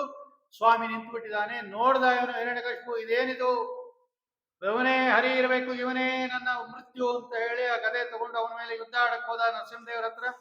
ನರಸಿಂಹದೇವರು ಅಷ್ಟೇ ಹಿಡ್ಕೊಂಬುದು ಬಿಡೋದು, ಹಿಡ್ಕೊಂಬುದು ಬಿಡೋದು ಮಾಡಿ ಕಡೆಗೆ ಹಿಡ್ಕೊಂಡ್ರು. ಗರುಡ ಹೇಗೆ ಹಾವುಗಳನ್ನು ಹಿಡಿತಾನೋ ಹಂಗೆ ಹಿಡ್ಕೊಂಡು ಹೋಗಿ ಆ ಹೊಸ್ಲ ಮೇಲೆ ಕೂತ್ಕೊಂಡು ತನ್ನ ಅಪ್ರಾಕೃತವಾಗಿರ್ತಕ್ಕಂಥ ಉಗುರುಗಳಿಂದ ಸೀಳುತ್ತಾ ಇದ್ದಾನೆ. ಸಕ್ ಆ ಮೇಲೆ ಚಿಮ್ಮಿದೆ ಅದು ರಕ್ತ. ಭಗವಂತನ ಮೇಲೆಲ್ಲ ರಕ್ತಗಳು ಬಿದ್ದೋಗಿದೆಯಂತೆ. ರಿಪುರುದಿರ ನಿಷೇಕೆ ಅಂತ ಬರೀತಾರೆ ಅವರು. ದಹ ನರಸಿಂಹ ಸಖ್ಯ ವೀರ್ಯಾಹಿ ಸಮ್ಮೆ. ಆ ಭಗವಂತನಿಗೆ ಒಳ್ಳೆ ಕುಂಕುಮಾಭಿಷೇಕ ಇದ್ದಂಗೆ ಅದು. ಕರುಳ ತಗೊಂಡು ಮಾಲೆ ಹಾಕೊಂಡಿದ್ದಾನಂತೆ. ಏನು ಬೆಟ್ಟಗಳೆಲ್ಲ ಉರುಳು ಪರ್ವತಗಳೆಲ್ಲ ಉರುಳಿದೆ, ನದಿಗಳೆಲ್ಲ ಪ್ರವಾಹಗಳು ಬಂದಿದೆ, ಸಮುದ್ರಗಳೆಲ್ಲ ಉಕ್ಕೇರಿದೆ, ಮರಗಳೆಲ್ಲ ಬಿದ್ದೋಗಿದೆ, ತರುಗಿರಿಗಳಲ್ಲಾಡೆ ಶರದಿ ಕುದಿದುಕ್ಕೆ ಅಂತಾರೆ ದಾಸರಾಯರು. ದೇವತೆಗಳೆಲ್ಲ ಪುಷ್ಪವೃಷ್ಟಿ ಸುರಿಸ್ತಾ ಇದ್ದಾರೆ. ಚಂದ್ರ ಸೂರ್ಯ ಎಲ್ಲ ನಕ್ಷತ್ರಗಳೆಲ್ಲ ಕಾಂತಿ ಕಳ್ಕೊಂಡ್ಬಿಟ್ಟಿದೆ. ಅಷ್ಟು ಭೀಕರ ರೂಪ ನರಸಿಂಹದೇವರು. ಎಲ್ಲ ಇರೋ ಕಡೆನೆ ಕೈ ಜೋಡಿಸ್ಬಿಟ್ರು. ಬ್ರಹ್ಮದೇವರು, ರುದ್ರದೇವರು, ಇಂದ್ರದೇವರು, ಋಷಿಗಳು, ಪಿತೃಗಳು, ಸಿದ್ಧರು, ವಿದ್ಯಾಧರರು, ನಾಗಗಳು, ಮನುಗಳು, ಪ್ರಜಾಪತಿಗಳು, ಗಂಧರ್ವರು, ಚಾರಣರು, ಯಕ್ಷ, ಕಿಂಪುರುಷ ಎಲ್ಲರೂ ಸ್ತೋತ್ರ ಮಾಡಿದ್ರು. ಆ ಭೀಕರ ಉಗ್ರ ರೂಪ ತೆಗಿಲೇ ಇಲ್ಲ ಭಗವಂತ. ಲಕ್ಷ್ಮೀದೇವಿಯನ್ನು ಕಳಿಸಿದ್ರು ಇವರೆಲ್ಲ ದೇವತೆಗಳು, ನೀನು ಹೋಗಿ ಸಮಾಧಾನ ಮಾಡುವಂತ. ಅವಳು ನಾನು ಹೋಗಲ್ಲ ಅಂದ್ರು. ಅದೃಷ್ಟ ಅಶ್ರುತಪೂರ್ವತ್ವ, ನೋಡಿಲ್ಲ ಕೇಳಿಲ್ಲ ಅಂದ್ಬಿಟ್ಲು. ಅವಳಲ್ಲ, ಬೇರೆಯವರು. ಅವಳು ನೋಡಿದಾಳು ಬೇಕಾದಷ್ಟಲ್ಲ, ಬೇರೆಯವರು ಅಂತ ಆಚಾರ್ಯ ಬರೀತಾರೆ. ಬ್ರಹ್ಮದೇವರು ಕಳಿಸಿದ್ರು, ಪ್ರಹ್ಲಾದ ನೀನು ಹೋಗಪ್ಪ, ನೀನು ಸಮಾಧಾನ ಮಾಡು ಸ್ವಾಮಿಯನ್ನ. ಹೋದ್ರು ಅವರು. ಚಿಕ್ಕ ಕೂಸು, 5 ವರ್ಷದ ಕೂಸು, ಸೀದಾ ಹೋಯ್ತಾ ನರಸಿಂಹ ಹೋಗಿ ಹೋಗಿ ಹೋಗಿ ಅಂತ. ಏನು ಜ್ವಾಲಾ ನರಸಿಂಹ ಅಂತಾನೆ, ಅದು ಭಯಂಕರ ನರಸಿಂಹದೇವರದು. ಅದರ ಪಾದ ಹೋಗಿ ನಮಸ್ಕಾರ ಮಾಡ್ತಾರೆ. ಎರಡೂ ಕೈಯಿಂದ ಮೇಲೆ ಎತ್ತದ ಭಗವಂತ. ಆ ತಲೆ ಮೇಲೆ ಕೈ ಇಟ್ಟ ಪ್ರಹ್ಲಾದರಾಜರ ಮೇಲೆ. ಯಾವಾಗ ಭಗವಂತನ ಹಸ್ತ ತಲೆ ಮೇಲೆ ಕೈ ಇಟ್ಟರೋ ಅವರಿಗೆ ಅದು ಜ್ಞಾನೋದಯ ಆಗೋಯ್ತು, ಅಪರೋಕ್ಷ ಜ್ಞಾನ ಆಯ್ತು. ಒಳಗಡೆನೂ ನರಸಿಂಹ ರೂಪ ಕಾಣಿಸ್ಬಿಡ್ತು, ಕಣ್ಣಲ್ಲಿ ಆನಂದ ಬಾಷ್ಪ ಸುರಿಸ್ತು, ರೋಮಾಂಚನ ಆಗೋಯ್ತು. ಸ್ತೋತ್ರ ಮಾಡ್ತಾರ ಅವರು. ಬ್ರಹ್ಮಾದಯ ಸುರಗಣ ಮುನಯೋತ ಸಿದ್ಧಾ ಸತ್ವೈಕತಾ ನಮತಯ ವಚಸಾಂ ಪ್ರವಾಹೈ ನಾಂತಂ ಪರಸ್ಯ ಪರತೋಪ್ಯದುನೋಪಿ ಯಾಂತಿ ಕಿಂ ತೋಷ್ಟುಮರ್ಹಸಿ ಸಮೇ ಹರಿರುಗ್ರ ಜಾತೆ ಮನ್ಯೇ ಧನಾಭಿಚನ ರೂಪತಪಶ್ರುತೋ ತೇಜ ಪ್ರಭಾವ ಬಲ ಪೌರುಷ ಬುದ್ಧಿಯೋಗಾ ನರಾಧನ ಏವಂತಿ ಪರಸ್ಯ ಪುಂಸೋ ಭಕ್ತ್ಯಾತು ತೋಷ ಭಗವನ್ನನು ಷಡ್ಭುತಪಾಯ ವಿಪ್ರಾತ್ ವಿಷಡ್ಗುಣಯುತಾದರವಿಂದನಾಭಮದಾರವಿಂದ ವಿಮುಖಾಕ್ಷೋಪಚಂ ವರಿಷ್ಠಂ ಮನ್ಯೇ ತದರ್ಪಿತ ಮನೋವಚನಾತ್ಮಗೇಹ ಪ್ರಾಣ ಪುನಾತಿ ಸಕಲಂ ನತು ಭೂರಿಮಾನಃ. ಅವ್ರು ಎಷ್ಟು ಸ್ತೋತ್ರ ಮಾಡ್ತಾರ್ರಿ, ಅತ್ಯದ್ಭುತ ಸ್ತೋತ್ರ ಅದು. ಯಸ್ಮಾತ್ ಪ್ರಿಯ ಪ್ರಿಯ ವಿಯೋಗ ಸಯೋಗ ಜನ್ಮ ಶೋಕಾಗ್ನಿನ ಸಕಲ ಯೋನಿಷು ದಹ್ಯಮಾನಃ ದುಃಖೌಷಧಂ ತದಪಿ ದುಃಖಮ ತದ್ವಿಷಾಹಂ ಭೂಮನ್ ಭ್ರಮಾಮಿ ವದಮೇ ತವ ದಾಸಯೋಗ್ಯಂ. ಎಲ್ಲ ಸಾರೋದ್ಧಾರಕಾರರು ತಗೊಂಡಿದ್ದಾರೆ. ಈ ಪ್ರಹ್ಲಾದರಾಜರು ಮಾಡಿದ ಸ್ತೋತ್ರ ಎಲ್ಲ ಒಂದೊಂದು ಪ್ರಕರಣದಲ್ಲಿ ಸಾರೋದ್ಧಾರಕಾರರು ವಿಷ್ಣು ತೀರ್ಥರು ತಗೊಂಡು ಎಷ್ಟು ಚೆನ್ನಾಗಿ ಅರ್ಥ ಮಾಡಿದ್ದಾರೆ. ನಾನೇನು ಹೆದರ್ಕೊಂಬಲ್ಲ ಅಂತಾರವ್ರು. ಈ ಭಯಂಕರ ರೂಪಕ್ಕೆ ನಾನೇನು ಹೆದರ್ಕೊಂಬಲ್ಲ ಸ್ವಾಮಿ, ಆದ್ರೆ ನಾನು ಹೆದರ್ಕೊಂಬುದು ಈ ಸಂಸಾರಕ್ಕೆ. ಮತ್ತೆ ಹುಟ್ಟೋದು, ಮತ್ತೆ ಸಾಯೋದು, ಮತ್ತೆ ಹುಟ್ಟೋದು, ಮತ್ತೆ ಸಾಯೋದು, ಈ ಸಂಸಾರ ಚಕ್ರಕ್ಕೆ ನಾನು ಹೆದರ್ಕೋತೀನಿ. ಇದರಿಂದ ಪಾರ ಮಾಡೋ ಭಗವಂತ, ಎಲ್ಲವನ್ನ ನೀನೇ ಮಾಡೋದು. ಯಸ್ಮಿನ್ ಯತೋ ಯರ್ಹಿಚ ಏನ ಯಸ್ಯ ಯಸ್ಮೈ ಯತ ಯಮುತ ಯಸ್ತ್ವಪರ ಪರೋವ ಭಾವಂ ಕರೋತಿ ವಿಕರೋತಿ ಪೃಥಕ್ ಸ್ವಭಾವ ಸಂಚೋಜಿತ ತದಕಿಲ ಭವತ ಸ್ವರೂಪಂ. ಮಕ್ಕಳಿಗೆಲ್ಲ ತಂದೆ ತಾಯಿಗಳ ಆಶ್ರಯ, ನೀರಲ್ಲಿ ಮುಳುಗ್ತಾ ಇರೋನಿಗೆ ದೋಣಿ ಆಶ್ರಯ, ರೋಗ ಬಂದವನಿಗೆ ಔಷಧಿ ಆಶ್ರಯ, ಹಶುವಾದ ಬಾಯಾರಿಕೆ ಆದವನಿಗೆ ನೀರಾಶ್ರಯ, ಮೃತರಾದವರಿಗೆ ತರ್ಪಣ ಆಶ್ರಯ. ಹಂಗೆ ನೀನು ಆಶ್ರಯ ಭಗವಂತ. ಸಕಲ ಸಜ್ಜನರಿಗೆ ನನ್ನನ್ನು ಉದ್ಧಾರ ಮಾಡು. ನಾನು ಕರೆದೆ ಅಂತ ನೀವು ಬರಲಿಲ್ಲ ಸ್ವಾಮಿ, ನನಗೋಸ್ಕರ ಅಲ್ಲ ಬಂದಿದ್ದು. ದೊಡ್ಡ ದೊಡ್ಡ ಜ್ಞಾನಿಗಳು ಹೇಳುತ್ತಾ ಇದ್ದಾರೆ, ಸರ್ವತ್ರ ವ್ಯಾಪ್ತ ನೀನು ಅಂತ ವೇದ ಹೇಳುತ್ತಾ ಇದೆ, ಅದನ್ನ ಸತ್ಯ ಮಾಡಕ್ಕೆ ಬಂದಿದ್ದು ಅಂತ ಹೇಳಿ ಬೇಕಾದಷ್ಟು ಸ್ತೋತ್ರ ಮಾಡತಕ್ಕಂಥವರಾಗಿ ಇವ್ರನ್ನೂ ಎಲ್ಲ ಉದ್ಧಾರ ಮಾಡಿಬಿಡು ಭಗವಂತ ಅಂತ ಬೇಕಾದಷ್ಟು ಹೇಳ್ತಾರೆ. ಆಗ ಭಗವಂತ ಹೇಳ್ದ, ಒಳ್ಳೆ ಸ್ತೋತ್ರ ಮಾಡಿದ್ಯಾ, ಯಾರು ಈ ಸ್ತೋತ್ರವನ್ನ ಪಾರಾಯಣ ಮಾಡ್ತಾರೆ ಅವ್ರನ್ನೂ ಉದ್ಧಾರ ಮಾಡ್ತೀನಿ. ತ್ವಾಂಚ ಮಾಂಚ ಸ್ಮರಣ ಕಾರ್ಯ ಕರ್ಮ ಬಂದಾತಿ ಮುಷ್ಯತೆ. ನಿನ್ನನ್ನು ಯಾರು ಸ್ತೋತ್ರ ಮಾಡಿ ನನ್ನನ್ನು ಯಾರು ಸ್ತೋತ್ರ ಮಾಡ್ತಾರೋ ಅವರನ್ನು ಬಿಡಿಸ್ಬಿಡ್ತೀನಿ. ಒಂದು ಕೆಲಸ ಮಾಡು, ಏನು ವರ ಬೇಕು ಕೇಳ್ಕೋ. ಪ್ರಹ್ಲಾದರಾಜರು ಹೇಳ್ತಾರೆ, ಹಂಗೆಲ್ಲ ಕೇಳಬಾರ್ದು ಸ್ವಾಮಿ. ಎಷ್ಟೇ ಆಶಿಷ ಆಶಾಸ್ತೆ ನಸವೃತ್ಯ ಸವೈವಣಿಕ್. ಯಾರು ನಿನ್ನನ್ನು ಪೂಜೆ ಮಾಡಿ ವರ ಕೇಳ್ಬಿಡ್ತಾರಲ್ಲ ಅವ್ರು ನಿನ್ನ ಭಕ್ತರೇ ಅಲ್ಲ, ಅವರು ವ್ಯಾಪಾರಿಗಳು. ಭಕ್ತರು ಮತ್ತು ಭಗವಂತನ ಬಗ್ಗೆ ಈ ವರಾಗಿರ ಎಲ್ಲ ಇರಬಾರ್ದು. ನಮಗೆ ನಿನ್ನಲ್ಲಿ ಭಕ್ತಿ ಇರಬೇಕು, ನಿನಗೆ ನಮ್ಮಲ್ಲಿ ಅನುಗ್ರಹ ಇರಬೇಕು. ಇಷ್ಟೇ. ಪ್ರವರ್ಧತಾಂ ಭಕ್ತಿರಲಂ ಕ್ಷಣೇ ಕ್ಷಣೇ. ಅಷ್ಟೇ, ನಮಗೆ ಭಕ್ತಿ ಇರಬೇಕು, ನಿನ್ನ ಅನುಗ್ರಹ ರಾಸವಿವರ್ಜಿತಂ, ಯಾವತ್ತೂ ಅದು ತಪ್ಪಬಾರದು ಅಂತ ಹನುಮಂತ ದೇವರು ಕೇಳಿದಂಗೆ ನಿನ್ನ ಪಾದಾರವಿಂದಗಳಲ್ಲಿ ಭಕ್ತಿ ಕೊಟ್ಬಿಡು ಅಂದಾಗ ನರಸಿಂಹದೇವರು ಹೇಳಿದ್ರು, ಹೌದಪ್ಪ ನಂಗೆ ಗೊತ್ತು, ನಿನ್ನಂತ ಏಕಾಂತ ಭಕ್ತರು ಏನು ಕೇಳಲ್ಲ ಅಂತ ಗೊತ್ತು, ನಾನೇ ಕೊಡ್ತೀನಿ ಅಂತ ಹೇಳಿ ಒಂದು ಮನ್ವಂತರ ಕಾಲ 71 ಚತುರ್ಯುಗರಿ ಪ್ರಹ್ಲಾದರಾಜರು ರಾಜ್ಯಭಾರ ಮಾಡಿದ್ದು. ಇಡೀ ದೈತ್ಯ ದಾನವ ಸಾಮ್ರಾಜ್ಯವನ್ನ ನೀನು ಆಳಿ, ಭೋಗೇನ ಪುಣ್ಯಂ ಕುಶಲೇನ ಪಾಪಂ ಕಳೇವರಂ ಕಾಲಜವೇನ ಹಿತ್ವಾ ಕೀರ್ತಿಂ ವಿಶುದ್ಧಾಂ ಸುರಲೋಕ ಗೀತಾಂ ವಿತಾಯ ಮಾಮೇಶತಿ ಮುಕ್ತವಂತಹ.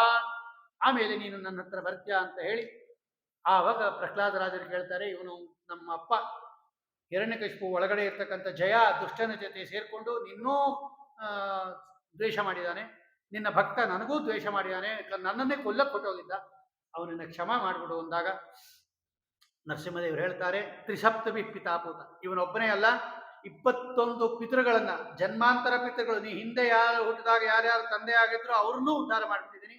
ನಿನ್ನಂತಹ ಸಾಧು ಹುಟ್ಟಿದ ಮೇಲೆ ನಿನ್ನ ಪಿತೃಗಳಿಗೆ ಕೆಟ್ಟಗತಿ ಆಗೋದಿಲ್ಲ.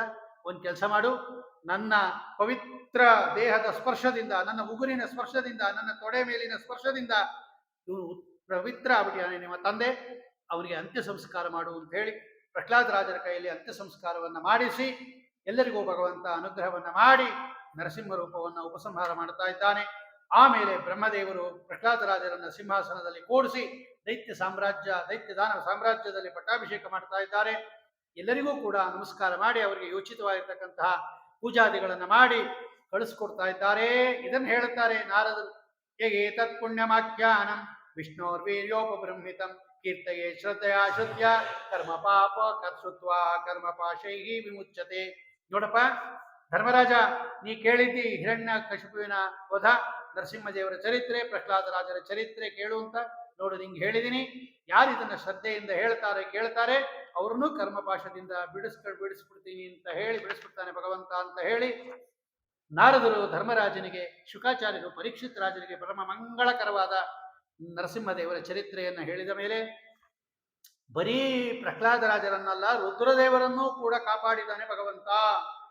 ಈ ತ್ರಿಪುರಾಸುರನನ್ನ ಸಂಹಾರ ಮಾಡುವ ಕಾಲಕ್ಕೆ ಏನೇನು ಮಾಡಿದ್ರು ಕೂಡ ಸಂಹಾರ ಆಗ್ಲಿಲ್ಲ. ಅವರು ಸತ್ತೋರೆಲ್ಲ ಬರ್ತಾ ಇದ್ರು ವಾಪಸ್ಸು. ಆ ರಸಾಯನ ಬಾವಿ ಇದೆ ಒಳಗಡೆ, ಅದನ್ನು ಕುಡಿದು ಎಲ್ಲ ಎದ್ದು ಬಂದ್ಬಿಡೋರು. ಆಗ ಭಗವಂತ ಗೋರೂಪವನ್ನ ತಾಳಿ, ಒಳ್ಳೆ ಸುಂದರ ಹಸುವ ರೂಪವನ್ನ ತಾಳಿ ಎಲ್ಲರೂ ನೋಡ್ತಿದ್ದಂಗೆ ಆ ತ್ರಿಪುರಾಸುರನ ಪಟ್ಟಣದೊಳಗೆ ಹೋಗಿ ಆ ಬಾವಿಲಿರೋ ಅಷ್ಟು ಸಿದ್ಧ ರಸವನ್ನು ಕುಡಿದ್ಬಿಟ್ಟ ಭಗವಂತ.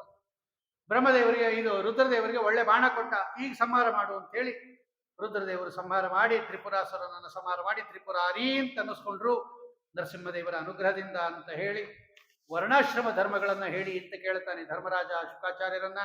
ಯಾರ್ಯಾರು ವರ್ಣಾಶ್ರಮ ಧರ್ಮಗಳನ್ನ ಪಾಲನೆ ಮಾಡ್ತಾರೋ ಅವರನ್ನೇ ನರಸಿಂಹದೇವರು ಒಲಿಯೋದು, ಇಲ್ಲದೆ ಇದ್ರೆ ಅವರನ್ನು ಒಲಿಯೋದಿಲ್ಲ ಅಂತ ಹೇಳಿ. ಬ್ರಾಹ್ಮಣ ಹೆಂಗಿರ್ಬೇಕು, ಕ್ಷತ್ರಿಯ ಹೆಂಗಿರ್ಬೇಕು, ಶೂದ್ರ ಹೆಂಗಿರ್ಬೇಕು, ವೈಶ್ಯ ಹೆಂಗಿರ್ಬೇಕು, ಬ್ರಹ್ಮಚಾರಿ, ಗೃಹಸ್ಥ, ವಾನಪ್ರಸ್ಥ, ಸನ್ಯಾಸಿ, ಸ್ತ್ರೀ ಧರ್ಮ ಅಂದ್ರೇನು ಎಲ್ಲವನ್ನ ವರ್ಣನೆ ಮಾಡಿ ಕಡೆಗೆ ನಾರದರು ಹೇಳ್ತಾರೆ, ನೋಡು ಇಷ್ಟೊತ್ತ ತನಕ ನಾನು ನಿಂಗೆ ಹೇಳದ್ನಲ್ಲ, ಆ ನರಸಿಂಹದೇವರು ಅವನೇ ಇವನು.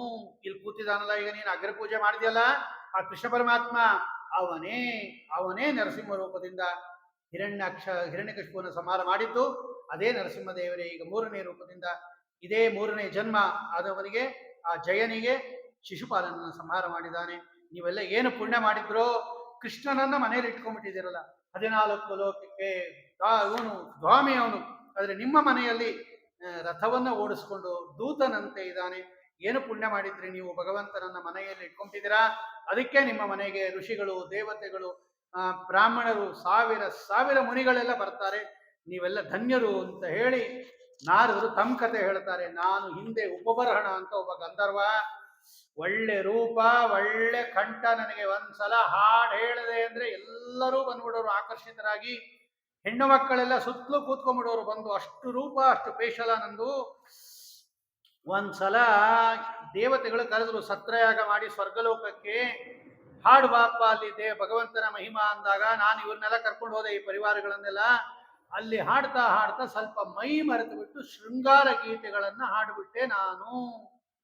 ದೇವತೆಗಳಿಗೆಲ್ಲ ಕೋಪ ಬಂದ್ಬಿಡ್ತು. ಇದೇನು ದೇವತೆಗಳ ಸತ್ರದಲ್ಲಿ ಇಂಥ ಶೃಂಗಾರ ಗೀತೆ ಹಾಡಿದ್ಯಾ ನೀನು ಶೂದ್ರನಾಗು ಅಂತ ಶಾಪ ಕೊಟ್ಬಿಟ್ರು. ನಾನು ಶೂದ್ರನಾಗಿ ದಾಸಿಪುತ್ರನಾಗಿ ಹುಟ್ಟಿ ಆಮೇಲೆ ಸನ್ಯಾಸಿಗಳ ಸೇವೆಯಿಂದ ಈಗ ನಾರದನಾಗಿ ಬಂದಿದ್ದೀನಿ ಅಂತ ಹೇಳಿ ತಮ್ಮ ಕಥೆಯನ್ನೂ ಕೂಡ ನಾರದರು ತಿಳಿಸಿದ್ದಾರೆ ಎನ್ನುವ ಪರ್ಯಂತ ಸಪ್ತಮ ಸ್ಕಂದವನ್ನ ಶುಕಾಚಾರ್ಯರು ಪರೀಕ್ಷಿತ್ ರಾಜರಿಗೆ ಉಪದೇಶ ಮಾಡ್ತಾರೆ. ಅಂತಹ ಸಪ್ತಮ ಸ್ಕಂದ ಸಮಾಪ್ತ.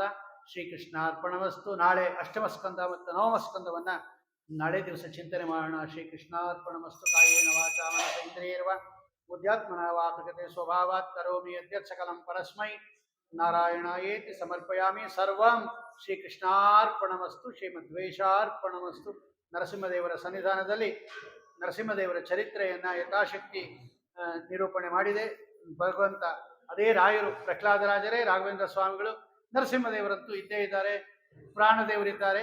ಅಂತಹ ಪ್ರಾಣದೇವರ ಸನ್ನಿಧಾನದಿಂದ ಕೂಡಿರ್ತಕ್ಕಂತಹ ಪ್ರಹ್ಲಾದರಾಜರ ಅವತಾರಭೂತರಾಗಿರ್ತಕ್ಕಂತಹ ರಾಯರ ಈ ಒಂದು ದಿವ್ಯ ಸನ್ನಿಧಾನದಲ್ಲಿ, ನರಸಿಂಹದೇವರ ಸನ್ನಿಧಾನದಲ್ಲಿ 1 ಗಂಟೆಗಳ ಕಾಲ ಏನು ನರಸಿಂಹದೇವರ ಚರಿತ್ರೆಯನ್ನು ಚಿಂತನೆ ಮಾಡಿದ್ದೀವಿ.